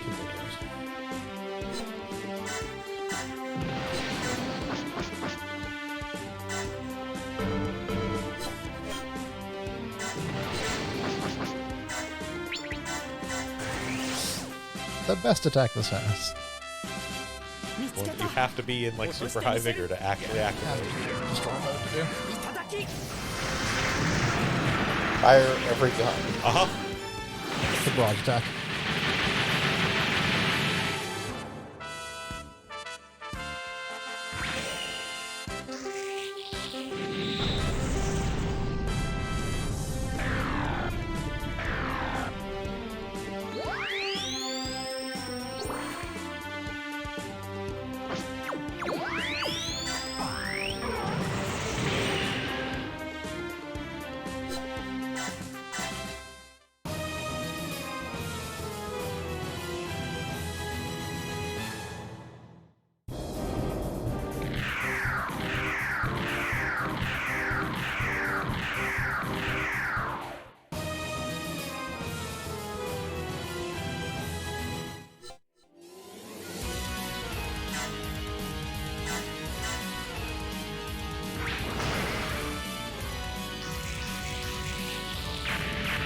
You chose to do that.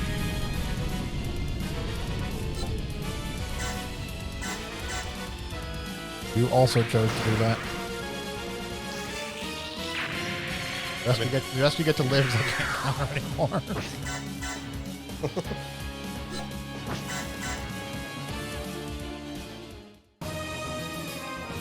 I have run out of go juice for my guns.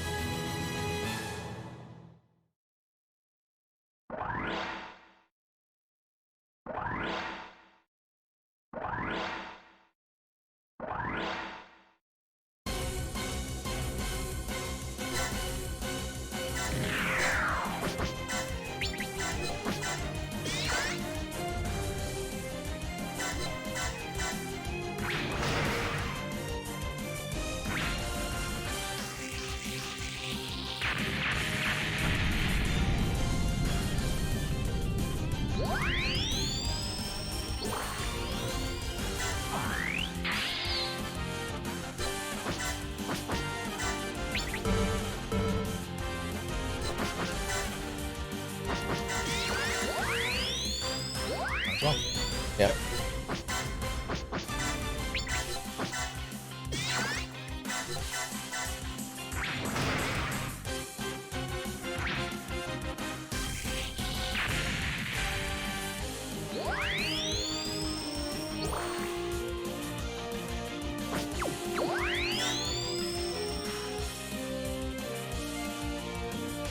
Thus concludes Space Beyond the Blaze.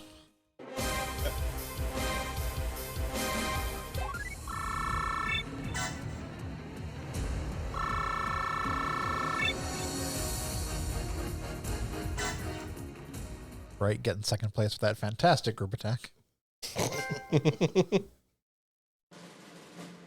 第16独立戦隊に下ったダルシア・バハロ首相の護衛任務は思いもよらない関係から始まりました。戦争を終わらせる和 And 平 now 協 that the 議 peace を agreement 実 for the 現 one-year さ war せ has るた been め signed, we only need to wait for the peace agreement for the one-year war to be signed several times over. 互いに連携作戦を行ったのです。しかし 0080 is like 全て the の戦い last の終わりを actual 望んでいるものばかり one-year で war は scenario, あり from ま what I せんでし remember, た。 right? Yes. Yes, Yeah. it is also taking place at literally the same time 己 as の this. 力を暴走させることでしか自分を示すことのできない人、そして彼の狂気の Missing Link, which is フォ what ル is ドの next, takes G05 に撃 place たれた時 Across multiple across multiple times times. of it takes place over the course of several months during the one-year war, and then the very last thing is ダルシア首相を many 無 years 事 in the グラ future. ナダに送 Basically, り届け stuff happening on Earth all the way up to the Battle of So, Abaco, where they fight part of that. And then the last scenario is post Double Zeta. Yeah. そしてこの日、宇宙世紀0080 1月1日、地球連邦政府とジオン共和国の間に終戦協定が無事に締結されました。 But it starts during the one-year war, so it's in the one-year war set of scenarios. And it mostly takes place in the one-year war, just a single final scenario in the 終わったんだ。 Double Zeta timeline. Post Double Zeta 声を上 timeline. げる人々。 It's similar to Thunderbolt, where like the first part of Thunderbolt is all during the one-year war, and then the second part is そし well て戦 past った it. この1年を決して忘れま Atlas せん。 Gundam and the Southeast Asian death cult. Southeast Asian Death Cult. これでいいん Has だ there been more Thunderbolt? 相 Are 棒 they doing more Thunderbolt? I don't know, actually. As far as animated, at least, I don't think so. I think they are done. Yeah, there we go. Oh boy, we can get a chevet. Get the rest of Merritt's team. Oh, nice. It's a better sequel. That was actually a worthwhile silver mod to get. Anyways, with that, we're going to wrap it up here for the day. Thank you all for joining us again for another Super Robot Sunday here on Sound Goblin Gaming. We will be back tomorrow with more Pokemon Bushido post-game and Pokemon Mondays. We'll be back on Tuesday with more of the ongoing fight against the villainous Crab in Phoenix Point. We'll be back next Saturday with the trial for Chapter 3 of Danganronpa V3. And right back here next Sunday, starting up Missing Link. Again, that will probably be 2 sessions just because it is a longer Like 5 or scenario 6 block. It's like scenario? 5 or 6 Yeah. scenarios, so it's definitely not going to be 1 session. But yeah, please join us for that. Until then, I've been Bograt. I've been the Krampus. I've been Shiv. And I'm Vincent. Have a good one, everyone. Bye, everyone. Goodbye.